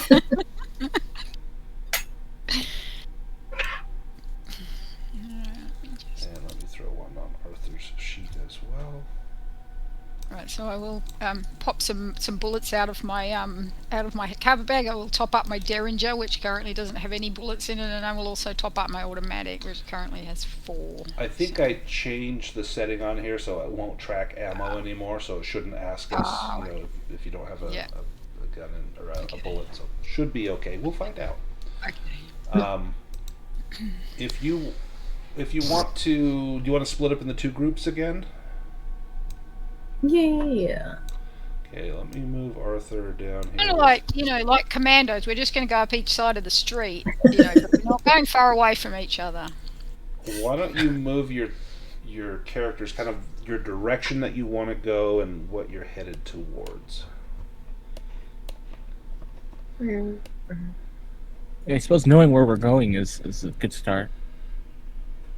I guess toward the school. Well, the school's over the other side of town, so by the time we get there, if it's somewhere else, we'll hopefully have become a bit more wise to it. Right. As Gerold, as you get up close to that farmhouse, you can smell. It smells like barbecue. It's cooked meat, and you can see the charred remains of people through the flames. Some sitting in comfortable chairs, others lying on the floor, their flesh charred and burned, their bodies blackened. Well, I guess we're saving this town for nobody, but at least we can keep them from the farmer's house if we manage to stop it here. And of course, the world! Go ahead and move closer into town. And if you're being stealthy, one person from each group again can make a stealth roll.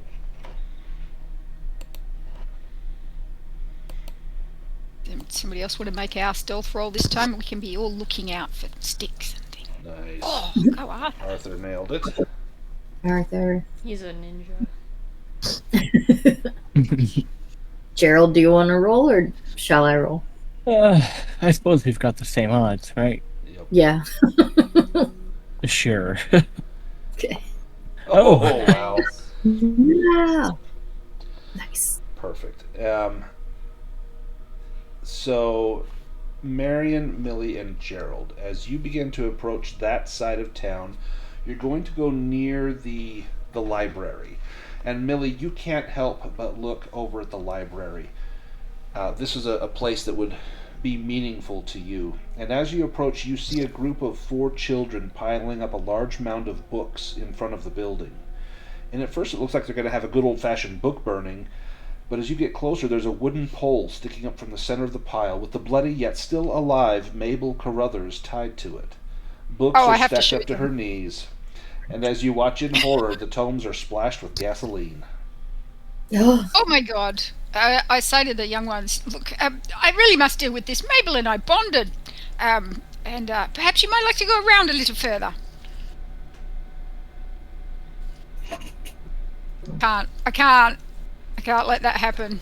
I think Gerold would hesitate at leaving Millie, but I think he agrees. Like, this is horrible. In a library of all places. I mean, as far as it goes, they know we're here, so perhaps we just, have a little calling card for them. Yeah. Now, you see a girl holding a burning torch as she approaches the stack. It is none other than Amanda Wells, the young girl who worked there at the library. Oh, that's betrayal! Judith! Shoot, Amanda. Let me drag the 3 of you plus Amanda into initiative order. Worst sort of library assistant. And if you have guns drawn, which you all do, you'll get to go a little faster. So, Marian, you are actually up first. Ooh. What do you All right, do? well, she is gonna try to... Oh, wait, where is Amanda? Here we go. She's gonna try to shoot Amanda.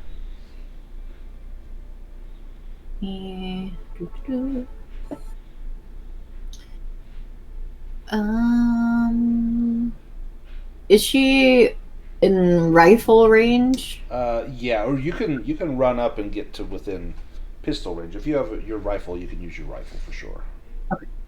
Yeah, well, I'm a little better at rifle. We'll try that. Oh, nice. Nice. That will go ahead and roll damage for your rifle, which is 2d6, and then add 4 to it. 2. So 11. 11.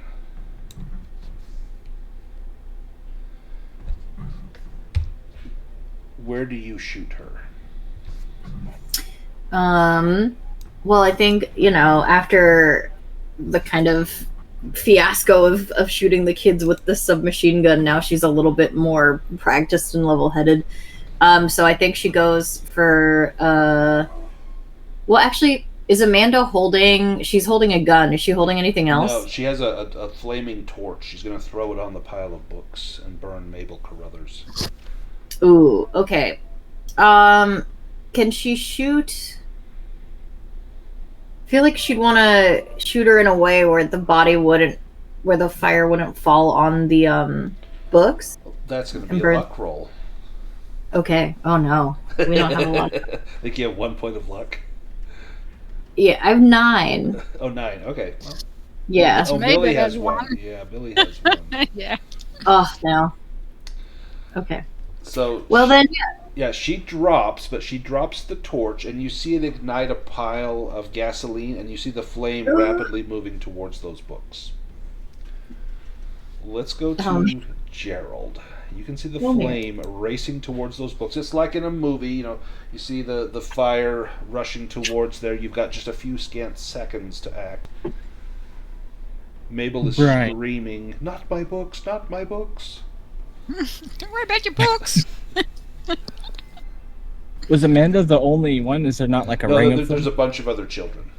Yeah, I don't see Gerold running in to pull her out of the fire just to get stabbed like 9 times. Right. So I'm not really entirely sure what to do. I think Joe would just fire. At some of the children? Yeah. Yeah, go ahead and take a shot. Just make a roll with the skill.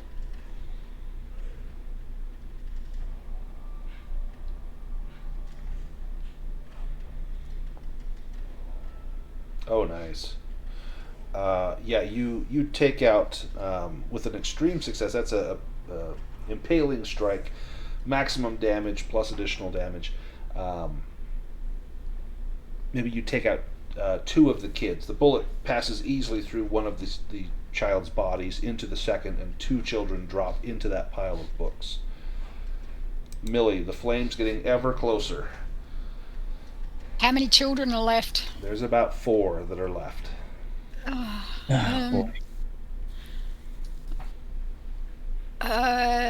My Thompson's sorry, not as there are good. 2 left. Sorry, not 4. There's 2. Oh, 2. All right.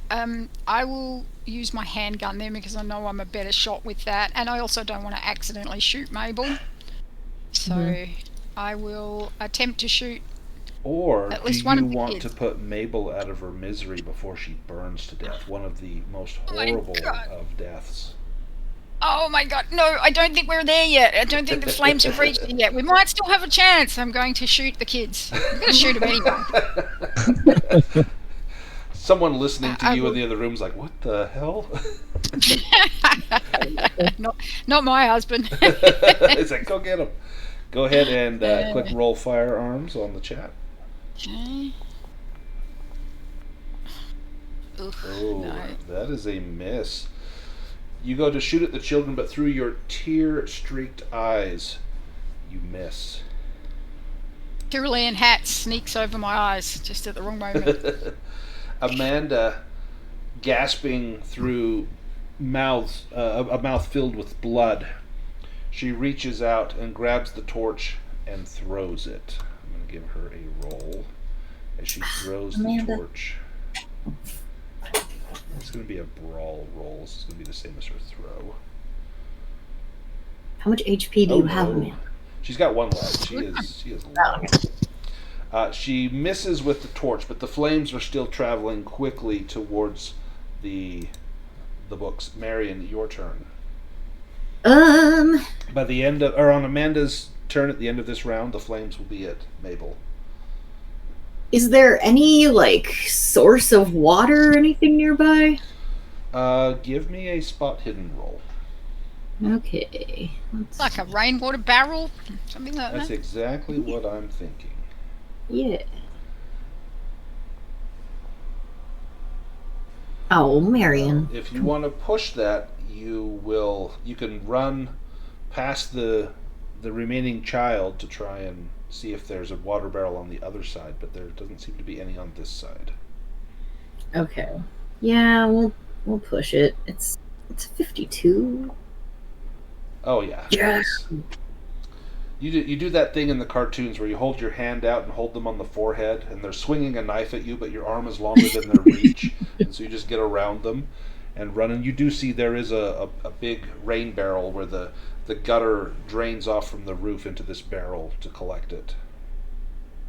Oh, perfect. Okay. And it's like sealed and everything. There's it's not sealed. It does have a top, and then the rain gutter comes down the side of the building and enters into it. Oh, got it. But you could Okay. you could pull the top off. It'd be a strength roll to get the top off. Yeah. Let's do that.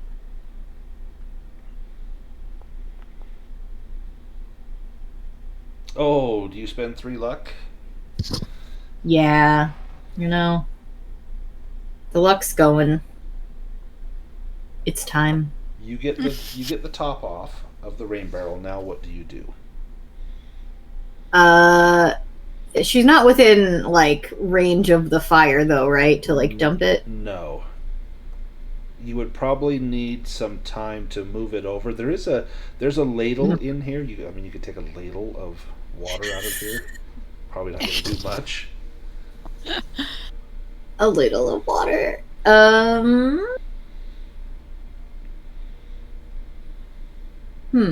Let me look at my inventory. I think, We'll tell you what, I think. give me a luck roll to see if there's a bucket nearby. Oh, there's definitely not going to be a bucket with 6 luck left. No, Nope. no bucket. But you do have the top off. And as you're mulling your actions, Gerold, what do you do? I I think Gerold would. Well, I don't know if there's any way he could help with what Marian's trying necessarily, but also trying to get the lady out of the fire might mess that up or get stabbed. So, yeah. Sorry. Yeah, I think Gerold probably just shoot the other kid. Nice. Hopefully Millie can help. I don't. If this water seems like a good idea, but I don't know. Maybe it would have been best to pull her out of the I fire. don't know what to do. Yeah. I mean, honestly, I think Gerald probably, seeing how desperate it is, not to, like, maybe he just doesn't even notice what Marian's doing. I think he might try to go for the lady now and get her out. I know she's tied up, but see what he can do. You can get up there, no problem. There's one child there. You'll need to make a roll. Let me see what I want to have you make. I'm thinking maybe dexterity, or, well, yeah, let's do a dexterity roll just to get up the stack of gasoline-soaked books. His dodge is the same as his dexterity as well, if that was another contender, so it would have been Perfect. no difference. Oh, yeah, easily scramble up there. You can see that she has been tied with ropes, and it's going to take you some time to untie them. You could try to cut them. If you don't get them this round, you may be standing on gas-soaked books when the flame hits. So I figured out what Yeah. Marian can do. Yeah. what can Marian do? She is going to just dump the barrel. There's dirt around her, Yes, right? Yep. Yep. She's going to dump the barrel of water out and make some mud, and then just grab handfuls of mud and run them over to the fire. Nice. You could even scoop it up onto the lid of the barrel. Yeah. Like, make a big sort of patty on top of the barrel. That would a barrel lid, because that you couldn't do it with water, but you could definitely do it with Mud. Yep. wet earth. In fact, there's plenty of mud around, but if you tip the barrel over, there's going to be even heavier mud. Heck yeah. So, Gerold, you can make if you have a knife, you can make a roll He to does, cut those yeah. ropes. This would be a fighting brawl roll. Oh dear. Damn. You can push that. If you fail that pushed roll, you're going to be cutting through it when the fire reaches you.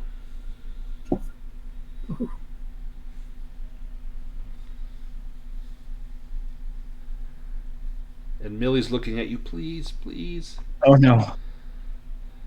Oh. And you're looking at her, and there's a look of pleading in her eyes to save her books and then to save her. And you're busy cutting this as the flames are rapidly approaching. Millie, what do you do? I see Gerald's in danger. Yes. Am I in range now? Yes. I go pushing past and I drag Gerold back out of there. Give me a... This would almost be a fighting maneuver, so it's going to be a fighting brawl roll, and you can add a bonus die to this. I can't. She would understand. I can't.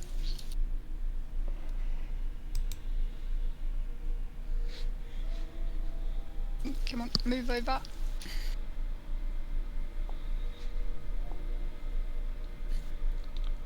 Oh, do you have 3 luck? Otherwise... No, I've got 1. I will push it if I can. Yeah, go ahead.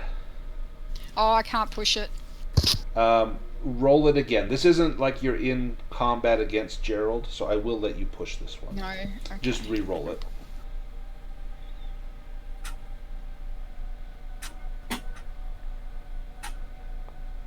Oh, Gerold. Oh, I'm so sorry, Mabel. Got it. Oh, got it. Desperation. You would understand, Mabel. He's one of my students. And I pull him out of there. You grab Gerold and pull him away just as the flames reach the pile. Now, Marian, you come around with this lid soaked with mud, and you watch in horror as the flames touch those books, and it runs as quickly as could be, the flames up the stack of books and up to Mabel.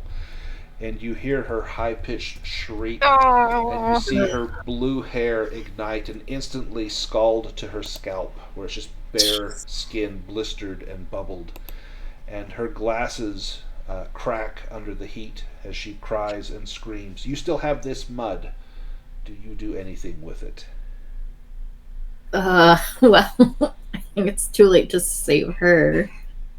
Is there still a... So one thing that you do notice is that Gerold and Millie both have gas all over their feet and legs from climbing on these books. Oh no. And there is flames within inches of them. Okay, then yes, she will use the mud to cover their feet and make sure they don't also get caught on fire. Doing this likely just saved their lives as you smear mud along their feet and legs. But as Mabel dies, that is going to be a loss of sanity, not even a sanity roll. It says if you allow the librarian to be burned alive, you lose 1d6 sanity points. So let me roll to see how much the 3 of you will Well, lose. I wouldn't say allow is fair. Wow. Yeah, we fought fiercely. Oh, man. Yeah, you. DPK around the one child left just takes us all out while we're crazy. We weren't like, go ahead. So that child actually, I'm going to say he burned up too, because you had kind of pushed past him onto the pile, and he had fallen down and was handy. getting up as the flames landed. Okay, losing 6. That's going to trigger a couple of things. So Gerold, you're already insane. You're going to lose 6. If you want to deduct 6 sanity points, you're going to have a bout of madness. Let me have you roll an 8-sided die. Isn't it 10? Or sorry, yes, 10-sided die. Thank you. Okay, and this one, since all 3 of you are likely to have something here, I may do something different with this. Okay. Before I say what yours is, Millie and Marian, since you lost at least 5 in a single go, you have to make an intelligence roll. If you fail this roll, that means that you suppress the knowledge of what you just saw. If you pass this roll, that means you have a temporary bout of madness. So, Marian, you go temporarily insane. Mm-hmm. And how about for Millie as well? Right.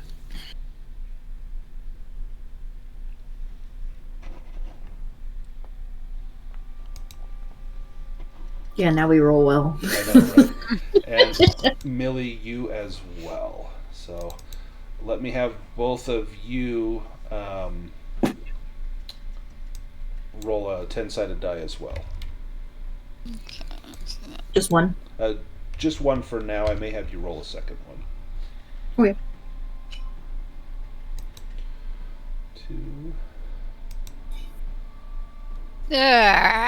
Got it wrong again. It's slash then R, right? Yes, /R space 1d10. Right. Oh, for goodness sake, that's not it. One. Yeah, you rolled 1. No, I just rolled a 1. Oh, my 10. God, that's a 10. That's a little bit better. All right, what we're going to do, so there's 2 types of bouts of madness. There's 2 tables. One is a real time, like if one person's going insane and the other people are not. The other is a summary. Basically, this is what happens in a certain gap of time, and maybe you don't know how long it's been, but you wake up and, hey, how did I get here? For Millie, number 1 is amnesia.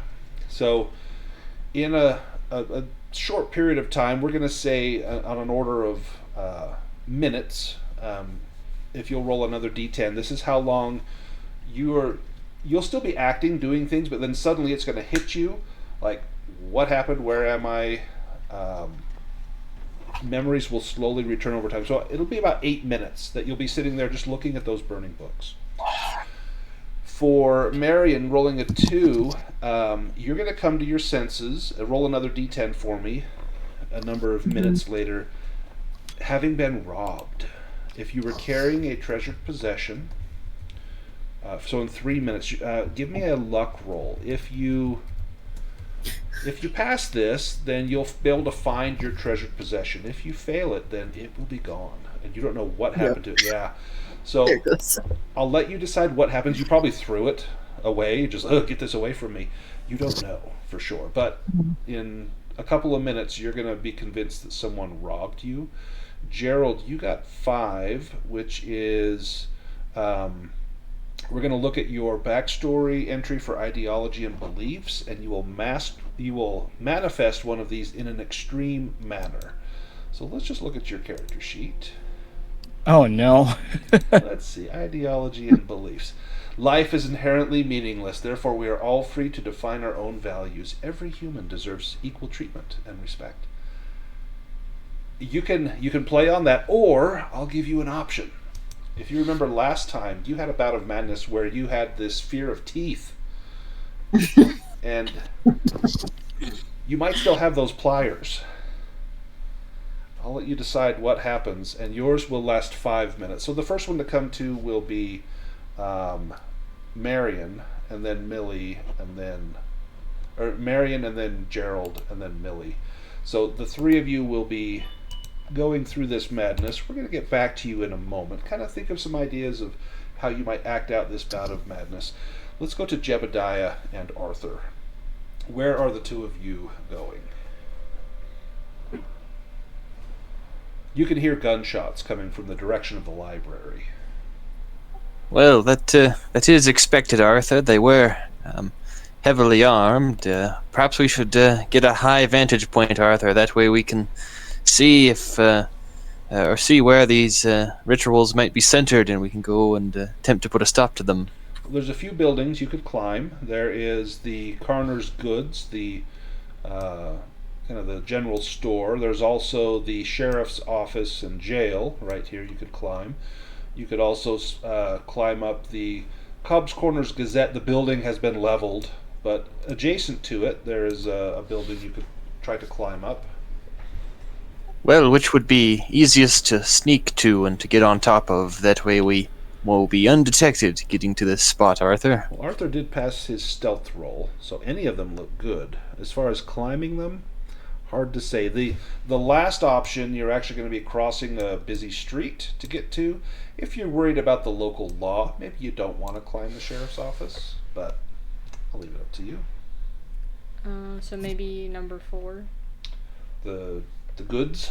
Yeah.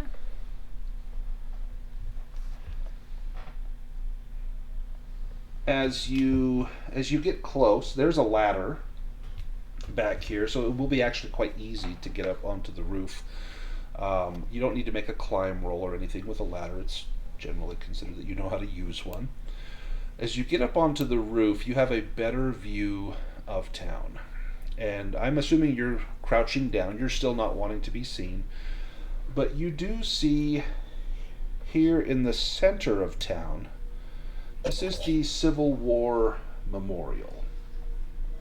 And if you recall, the Civil War Memorial, there were several large stone edifices that listed the names of the locals that had been slain in the Civil War from Cobb's Corners. So there's a few of these stones, kind of standing stones in here. And in the middle there was an old cannon that was often fired off for celebrations, Independence Day and the founding day of Cobb's Corners and whatnot. Well, this has been turned into something horrific. You can see here the children have gathered along with Migo and Dark Young. You see 2 of those great lumbering forms moving about.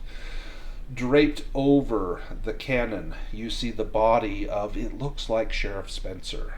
He has been draped over it. He's struggling, but some of the children are holding him down. In fact, you can see that ropes have been tied to his wrists and ankles, and he has been staked to the ground as children are struggling to hold him down. And standing over him, you see Deputy Cutter. And Deputy Cutter begins to slice with a knife through the shirt of Sheriff Spencer, and his shirt falls open. You see his pale belly and chest exposed from here. The children are all dancing and hooting and chanting and singing. And looking up, you see that the eye of that storm that had been there is beginning to slowly fill in. Now, Arthur, give me an occult roll, if you would, please. Oh. Wow. Okay, critical success. So, looking up what you see vague shapes forming in the clouds directly above this awful scene. Then you see fang-lined maws, pus-rimmed eyes, and black ropey tentacles lunge through the clouds and into sight. Without warning, gigantic hooved legs thrust down from the sky, destroying homes and sending a tremor through the ground. These hooves are as big around as buildings. Static electricity causes everyone's hair to stand on end, and the air seems to grow thick and greasy. White milk from 100 teats begins to fall from the crowd. At first it looks like rain, but this is milk coming from the clouds. Milk from the mother. The children open their mouths and lap at the milk hungrily. Above the goat-like legs, a twisting, writhing mass of black eyes, tentacles, and gaping maws stands in mockery of all that is right and sane. Pustules rapidly balloon outwards and then burst, giving birth to Dark Young, while other perverse creatures of nightmare burrow forth from this bubbling flesh above those legs, dropping to the ground like fattened maggots. The tentacles of the mother lash down, smashing the pavement and grabbing townsfolk and cultists alike, greedily stuffing the unfortunate into her many waiting mouths. Not even the Dark Young are spared this frenzy of death. The mother is ravenous, and she will feed. I have a... Well, as soon as this starts occurring, Arthur, look away. This isn't something we want to see. This token might be large. Nope, it's not large. Okay, this... her form is not yet fully manifest. but it is rapidly approaching. Arthur, with a critical success, you know that with the death of Sheriff Spencer, Shub-Niggurath will be here in the flesh. I'm going to hold off on a sanity roll for just a moment, because you do have a moment to do something. I'll give you each one action before I give you a sanity roll. Well, I think we need to take out Cutter, right? That's what I was thinking. Oh, what about killing the sheriff? Like the cow. Let me grab... There's Cutter. But I'm not there. And I should have Sheriff Spencer. Although you don't really need to make a... I'm not going to pull Sheriff Spencer out. He's prone. Arthur. Well, sorry, Jebediah. What do you do? Well, as soon as we started to see these strange things coming from the clouds, Jebediah would have immediately looked away and recommended that Arthur do the same. This isn't something we were meant to see, Arthur.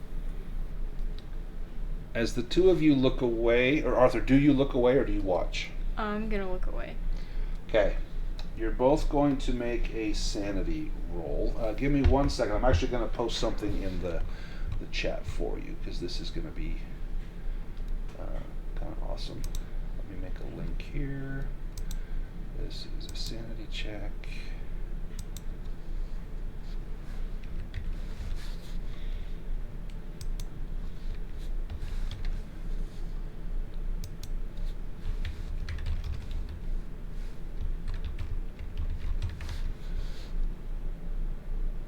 I'm going to send it to the chat. Alright, so Jebediah, go ahead and click that one first. If you pass this, you lose 1d10. If you fail it, you lose 1d100.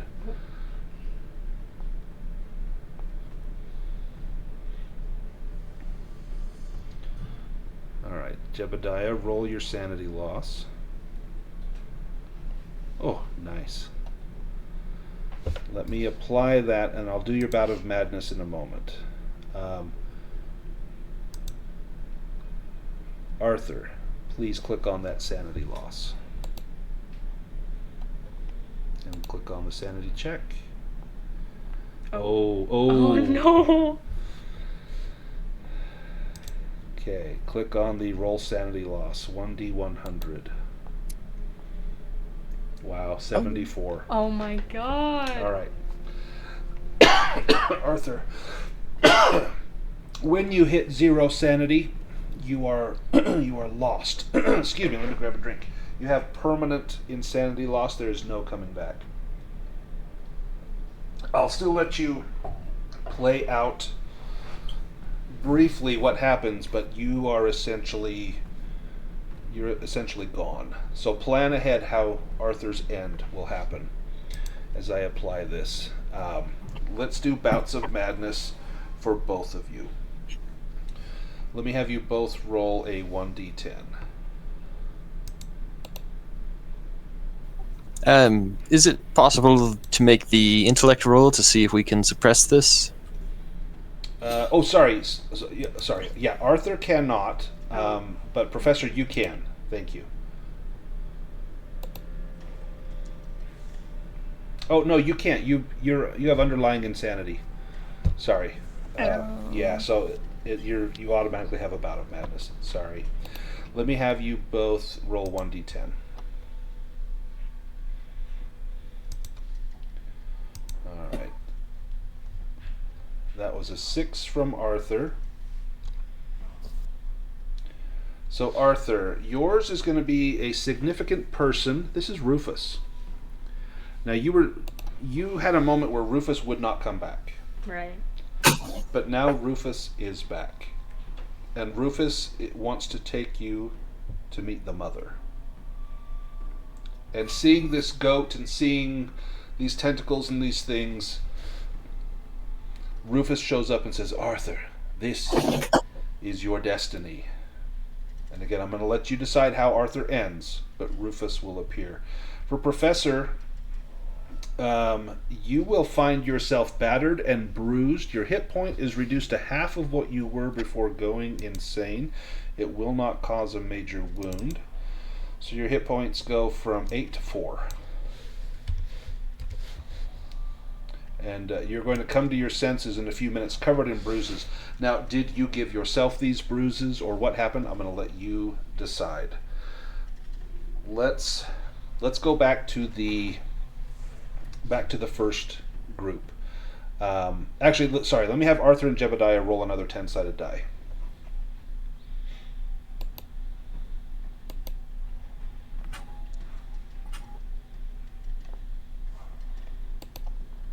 Okay, Arthur, you will be able to act right away. Basically 1 minute. Jebediah, you've got about 4 minutes before you can. So Arthur will get to go first here in this scene, but let's go back to the other group. When we come back, Arthur, you will be able to go first with Rufus guiding you towards the mother. Now, you can still take actions. You can still fight against this, but your story is going to end here in Cobb's Corners. So back here with the other group, I think it was it Marian that came to first? Or Yeah. Gerold? Marian, you come to, and what do you see Gerold doing? Gerold, what are you doing? Well, I don't know. Excuse me. I don't know how soon Gerold is to wake up after Marian. Just like a but couple he's of minutes. he's just like mumbling in Latin and pulling his teeth out. Yeah. Oh my god. Nice. Oh, God. I'm going to drop 2 hit points from you because you are not a dentist and you don't exactly do this the easy way. But you are ripping out teeth. How many teeth have you pulled out? Roll a 1d20 for me, Gerold. Let's see how many teeth you've managed to extract in this time. Oh my god. He's really going at it too. Yeah, you hear his Latin is getting worse as he keeps going, of course. But Now, have you started with your molars or did you start with your front teeth? I think you probably would start with your front teeth, wouldn't you? They're the easiest to get at. They're right there. You can feel them and see them easily. So you've extracted 5 teeth, and Marian, you can see him pulling and then spitting out blood and teeth and then going for more. This is going to cause you to make a sanity roll for me, Marian. Yeah, I was gonna say. Okay. Oh no, here we go.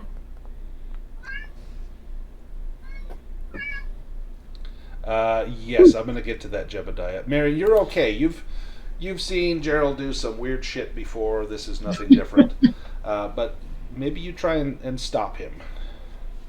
Yeah. I think she's gonna like rush over, and just kind of, try to grab his hands and be like, Gerold, stop that. And Gerold, you turn and look at Marian, and Marian, you see that his gaze is kind of past you, and he tilts his head to the left to look past you towards the center of town, just as a very loud, thunderous boom resounds through town as those great goat hoof legs come down. And you see that the hooves, there's one here, and another here, one down here, and another here, almost like they are surrounding the city center. And the rain begins to turn white and milky, and if any gets into your mouth, it tastes like milk. It tastes fatty and greasy and filled with cream. Gross.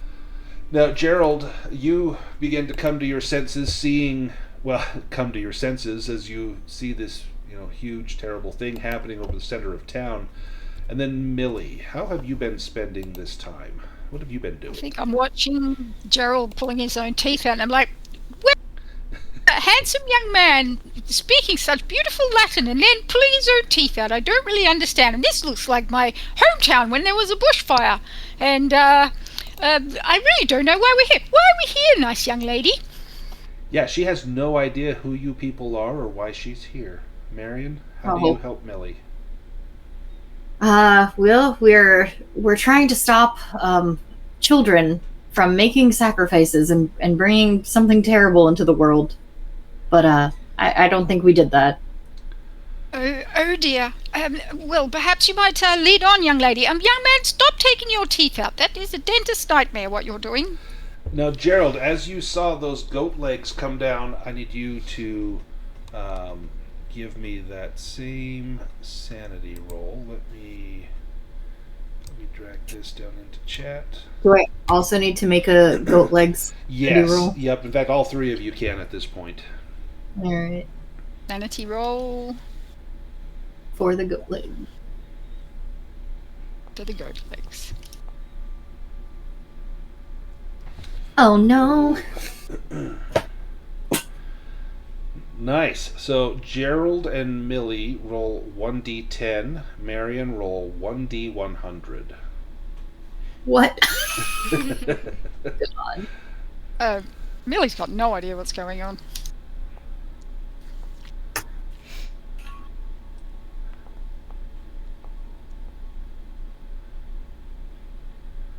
Oh, wow. All right. Huh. So, Millie, you're going to lose 5 sanity. I'm going to go ahead and take that off of your character. I'll put you down to 54. You are already temporarily insane, so you're going to have another bout of madness. Gerold, you're going to lose 6, which will put you over your daily limit. So you'll be indefinitely insane. You're going to have another bout of madness. Marian, you take 71, and you had 57 sanity. That drops you to 0, much like Arthur. You're permanently insane. So All again, right. your story will end here in Cobb's Corners, but I'm going to let you decide how it ends. Let me have all 3 of you roll another 10-sided die to see what your bout of madness will be.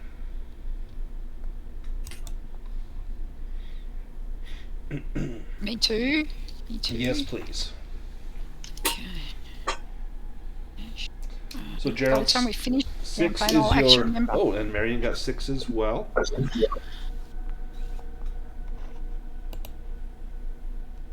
So Gerold and Marian, yours are both your significant people. Now, Marian, I think yours is your sister that's dead. Yep. She will appear to you and want to guide you towards the mother and tell you that this is what she found when she fell from the bridge and want to take you there. Gerold, I think yours, is it your patron? Your adopted father? Yes. So the same thing. Your relationship with him is going to change, and yours has already changed, hasn't it? Haven't you already had something similar to this? I don't think that changed him. Okay. No. So something's going to change, maybe, and it could be that, like, you suddenly get the urge to contact him, to call him, or maybe you see him here. You could hallucinate that he is here as well. For Millie, you got battered. So again, you're probably going to self-flagellate. You're going to start beating yourself, maybe with some of these burning books. And you're going to lose half of your hit points. So let me mark you down. You're going to be at 7. You're not going to take a major wound. Oops. Should have saved the books! What about Mabel? Have I got my memory back now? It can slowly start to come back. In fact, maybe something tied to these books and seeing Gerold and Marian and all of this, everything begins to slowly come back. So again, Marian and Arthur, for certain your end will be here in Cobb's Corners. The others, it's still undecided. Everyone's insane at this point, which is fantastic. Let's all kind of go sort of in order. So Arthur, you're going to go first. Okay. Arthur is going to take Rufus's hand and he's going to say, "Lead the way, old buddy." And then he's going to take his grenade out of his pocket, and as soon as he gets to the center, he's going to pull the pin. Okay. So you're walking towards the center. Yep.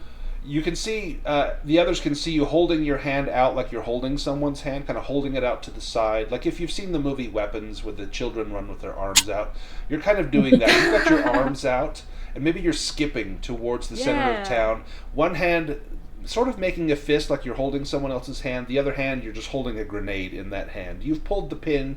You're holding the trigger mechanism. As soon as you let that go, you've got a few seconds before the fuse burns up. Jebediah, what are you doing? You can see Arthur moving quickly towards where Deputy Cutter is about to kill Sheriff Spencer. Well, actually, I don't know that I would see that. I think I got my bruises when I blacked out and fell off the roof. Ooh, And so it took me a few minutes to come to, so I may not have seen that. So you come to, maybe you fell down onto the ground, and as you get up, Arthur's already halfway there. Because it took Arthur some time to get off the roof. I will begin trailing Arthur, albeit with some stealth. Marian, what are you doing? Well, I had a similar thought to Arthur. For Sister Appears. Would she be led toward the center or like toward one of the legs? I'll let you decide. Ooh.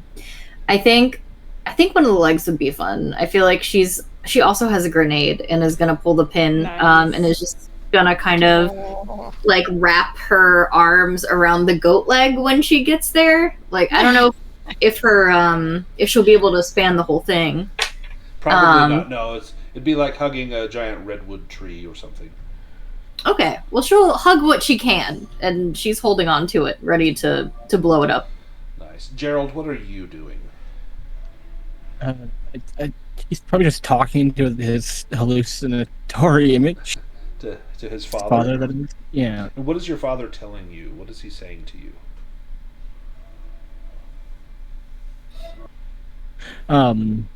That's a good question.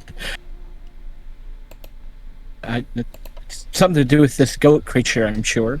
Tell me, how did your fear of cats begin? Do you recall? Because I think you had that before we started playing. Weren't you afraid of cats? It was his first phobia, but I didn't think about it too much. I think I even put in there that he had recurring nightmares of being stalked by a panther. So maybe he just always had those dreams, and he's never particularly liked a cat. Your father tells you, he says, "Son, you've always been afraid of them, but they can help you. Find a cat. The children hate them for good reason. Find a cat." Ooh. That's funny because that sounds like good advice. And Millie, what are you doing? Well, I guess I'm watching one of my students walk towards this giant goat leg thing, and I'm watching my other student just go wandering off, muttering Kitty, about kitty, cats. kitty, kitty. Kitty, kitty, kitty, with his teeth like with his teeth That's out. awesome. Shaking his teeth like a little bag of treats, trying to lure a cat towards him. Oh, so she got her marbles back by now? I think so. I think well enough that you can take some actions. Okay. And I wouldn't hear what's going on back at the centre where You can hear the sounds of children screaming and cheering and almost like Right. singing. I'm going to look at the leg and I'm going to say I don't think that is the full solution, so I'm going to start trotting my old lady way towards where I hear the children. Okay. So I'm going to move some tokens. So we've got Millie kind of coming towards the center. Jebediah is following Arthur, who is nearly in the center. Gerold is maybe looking for a cat, and Marian is I hugging could a say- leg. I could say, the kitties are this way, Gerold. This way for the kitties. Just in case we can get him in there as well. Jebediah, you see Arthur rapidly approaching. Is Arthur approaching the cannon with Sheriff Spencer sprawled over it, belly up to the sky? Yeah. Okay. Yeah. So Jebediah, you see Arthur running, or skipping almost, gaily, happily towards the center of town, where Deputy Cutter is smiling. He's covered in a film of this white milk, almost like Ash from Alien when you discover he's an android and he bleeds out milk. There's just this white milk everywhere. And he says, "Welcome, welcome. I always knew you would come. Come and help me, son." Jebediah, what do you do? Well, how long does it look like it would take Arthur to get to where he's going? Probably 1 or 2 more rounds. He's skipping over the bodies of townsfolk that have been killed, and in fact, it looks like they're almost laid out in a circle. Ugh. Well, I think I know where Arthur's going. If I could buy him enough time to get there, I will try my best to do that. And how do you buy him that time? Well, I suppose if I could steady myself on a fence railing or something and take some shots at this Deputy Cutter and try and prevent him from killing the sheriff. Give me a luck roll to see if you can steady yourself. Find something upon which you can steady yourself. No. So it's just going to be no bonus die, just a regular shot. Now you are aiming. That does give you a bonus die, but you'll only get 1 bonus die for taking steady aim.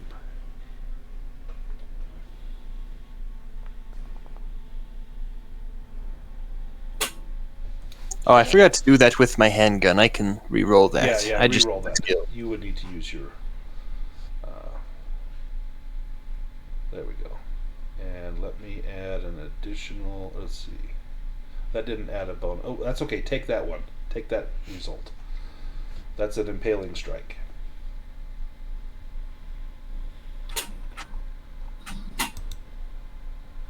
How do you take out Cutter? Oh, good one.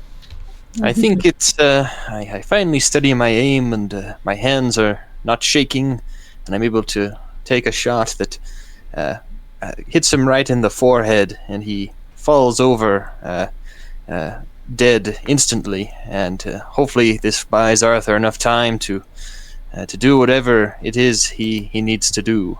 The children all cry out and shriek, "No!" and they rush as a throng towards Deputy Cutter and Sheriff Spencer. And Arthur is in their midst, and the children are pawing at Deputy Cutter and pawing at Sheriff Spencer and pawing at Arthur. And Arthur, it's almost like you're in a sea of children. And to you, Rufus is saying, "Yes, Arthur, they're here for you. This is for you." Let's go back to Millie. What are you doing? So Millie is quickly as she can coming towards the what she's where she can hear the children, and she hears a shot go out, so she's going to get as close as she can. If she can get up to where the people are all laid out in a circle. Yeah. Could she do that? Yep. Okay, so she looks at that and she goes, I wonder if this is a little like the standing stones. So she's going to grab one of the bodies and start trying to drag it out of the line of the bodies. Nice. Give me a strength roll as you pull that out. Oh, God. This is not her strength. Is not strength. Okay. Ooh, Oh, look at that. yes, it is. Desperation. You grab a body, and this is of the school teacher. You recognize this young girl, and she badly wanted to get out of town, but she could not. And you can see that her body has been. She's died by puncture wounds. It looks like pencils. The children have driven pencils dozens and dozens of times into her body, into her flesh, her organs, until she bled out with dozens of small circular puncture wounds. And you drag her out of the circle. Marian, you're hugging that leg. Is your intent to let the grenade go? Ooh. What is Marian's No. intent? No throw necessary. Right. Yeah, no, I mean, this is kind of it for her. And I think, she's very focused and single-minded. And if she's seeing her sister, she knows something is very wrong. Yep. So yeah, I think she's gonna just let it go and blow the leg up. Gerold, give me a spot hidden roll.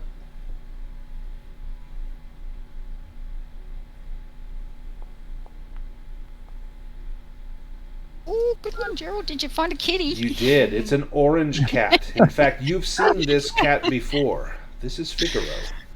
Figaro! And Figaro comes up and does the little figure eight between your legs, and then scampers off towards the to the west, runs about 20 or 30 paces, then turns and looks at you, as though beckoning for you to follow. Yeah, I think Gerold is following with enthusiasm. This is the quest now. You begin to walk out of town following Figaro, and Figaro is quickly joined by other cats. You see a black cat, a tuxedo cat, a few tabbies, a calico. They all seem to join up. Now, you please give me a roll on your dream lore. That's a skill, isn't it? Yeah. It's one that you picked up. Not terribly good at it, has to be said. Oh no. Go ahead and push that for me.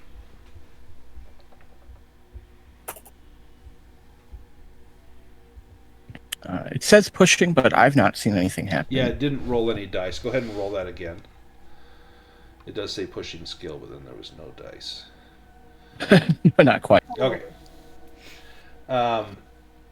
There are many cats. 7, 8, 9, 10. And you hear a voice in your head. You're not sure if it's your father or who, but it almost sounds like an echoed or a reverbed voice, like there's a dozen different voices speaking all at once. And it says, "We are Kappa Alpha Tau. We have come to show you the secret paths. We know the hidden ways. You have gazed upon the gate to our lands. Let us take you home."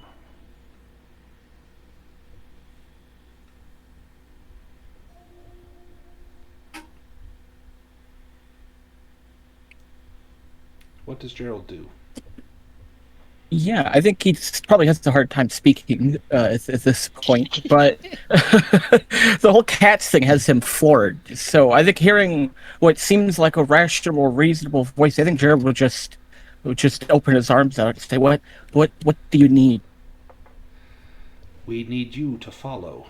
And the cats begin to go single file through a path in the brush. And it's small enough you have to get down on your hands and knees to follow them. But it leads you out of town. Yeah, almost, trailing like a cat, he follows them. Yeah. Okay.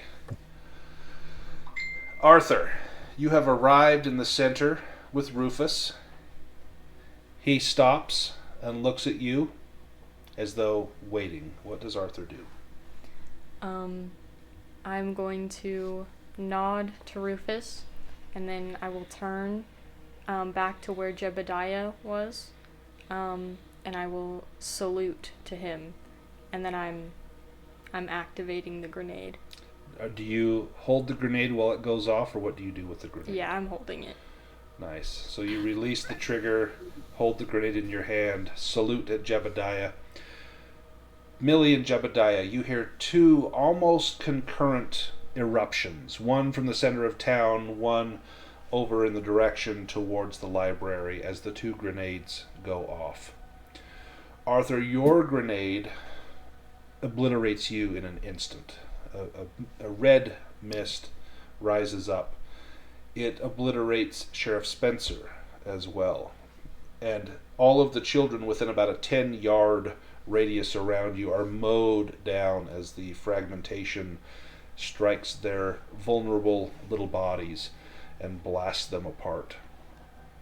Marian, your body hugging that giant goat leg is instantly shredded. The goat leg rears up as though pricked by a thorn and stamps down. And Marian, you stagger, and Millie, you stagger and fall to your feet, looking back, seeing nothing of your student. Oh dear. Jebediah, you see Millie standing near the edge of this ring of students where Arthur once stood. The two of you make eye contact. The children all turn and look at the two of you with murderous intent in their eyes. What do the two of you do? I don't think we should be the sacrifices. Shall we flee?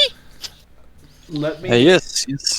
Before I do that, I need each of you to make a sanity roll. Jebediah for seeing Arthur take his life, and Millie for seeing Marian take her life.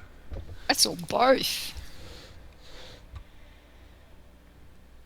Nice. Jebediah, you will lose 1. It's going to prompt a bout of madness. And Whoa. Millie, you will lose 8. Or 1d8. Let me see how many. Yep, that was 8. That was nice, Yep, that predictive. was Oh my god. Like I called it. Let me drop you down to 8. That's past your daily, so you're now indefinitely insane. Let me have the 2 of you roll a d10. This is going to be for a bout of madness, and this is going to be how you get in or out of the scenario, or if this is where you end, this is how you go out. I'll let you decide. You have made it to the end. Jebediah, yours is violence. You explode in a spree of violence and destruction. Millie, yours is a phobia. You gain a new fear, and there's a table we can roll on. Get a fear of hand grenades. Right. Fear of goats. Yeah. Fear of children. So witnessing Gerold pull his teeth out. Now, do you have dentures? Yeah, I take them out, I fling them away. Nice. All right, so this is how you will both go out, is with this bout of madness. The goat legs fly up into the sky, the ritual broken. The milk still continues to pour down, but it begins to slow to a trickle. You hear great disgusting plops and pops as the dark young explode and burst out of this world and into whatever world they came from. Jebediah, what do you do?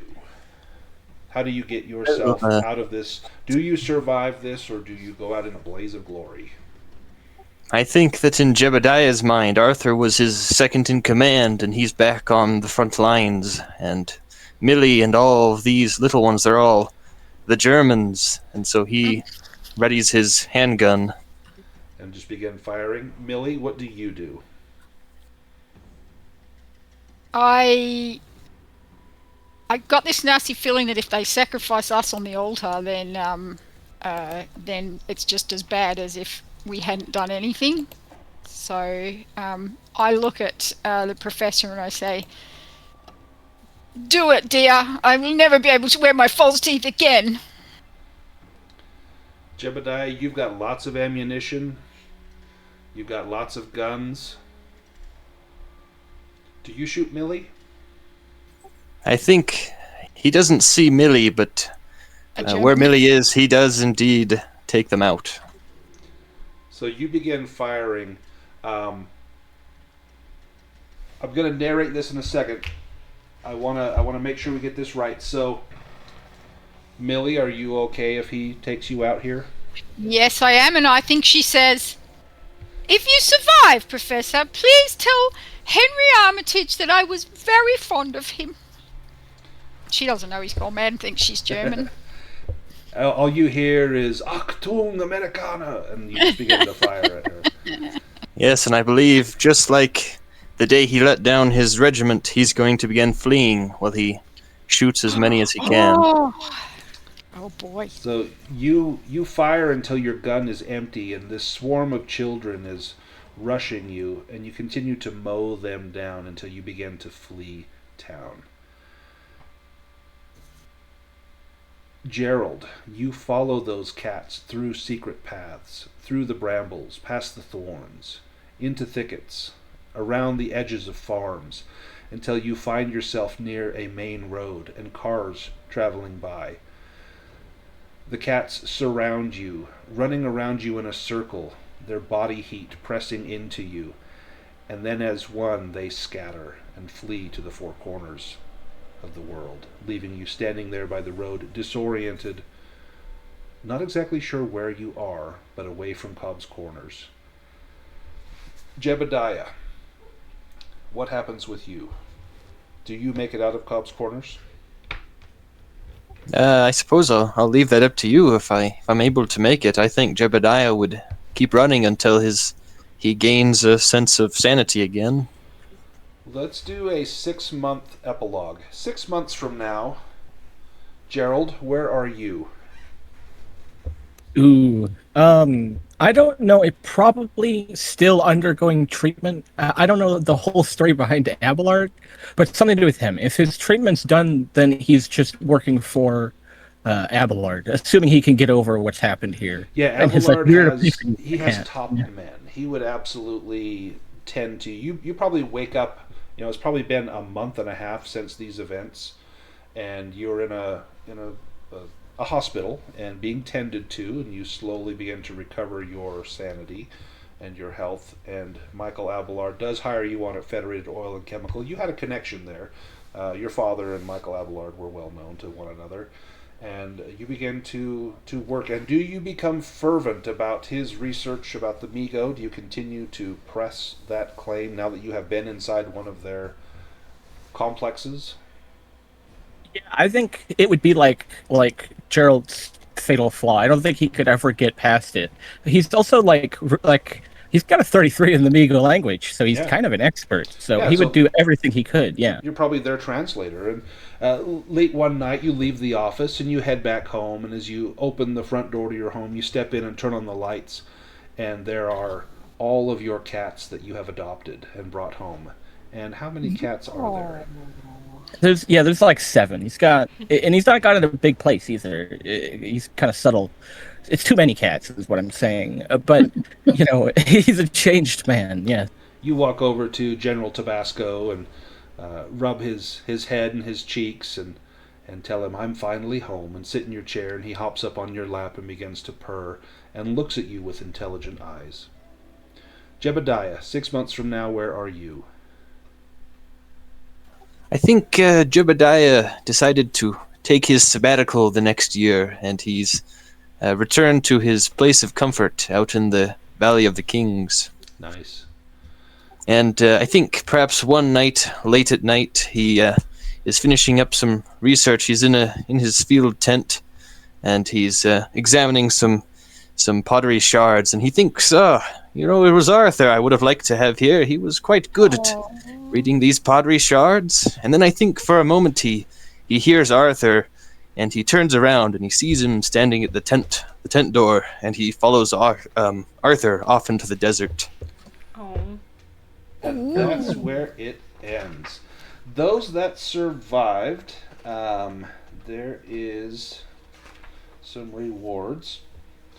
So if you risk your lives to save captured townsfolk, which both of you did, Jebediah and Gerold, you can gain 1d10 sanity points. If you incapacitate rather than kill child cultists, which you did not, so never mind. If you kill Deputy Cutter before the mother does, the mother, Shub-Nagurath, was going to kill Deputy Cutter. If you kill him before, that's plus 1d4 points. If you prevent the full manifestation of Shub-Nagurath, which you did, that's plus 10 sanity points. Woof. Nice. Nice. So plus 10, plus 1d4, and plus 1d10. So you guys gain that many sanity points, and then let me turn on the development mode, and you guys can do your improvements. Give me one moment. Perfect.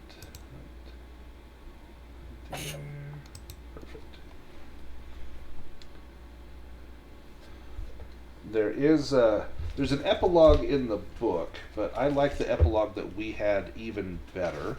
The epilogue in the book has to do with Federated Oil and Chemical, or maybe you go home, or maybe there's more with the Migo, but I like how we ended it, so I think we should keep it as such.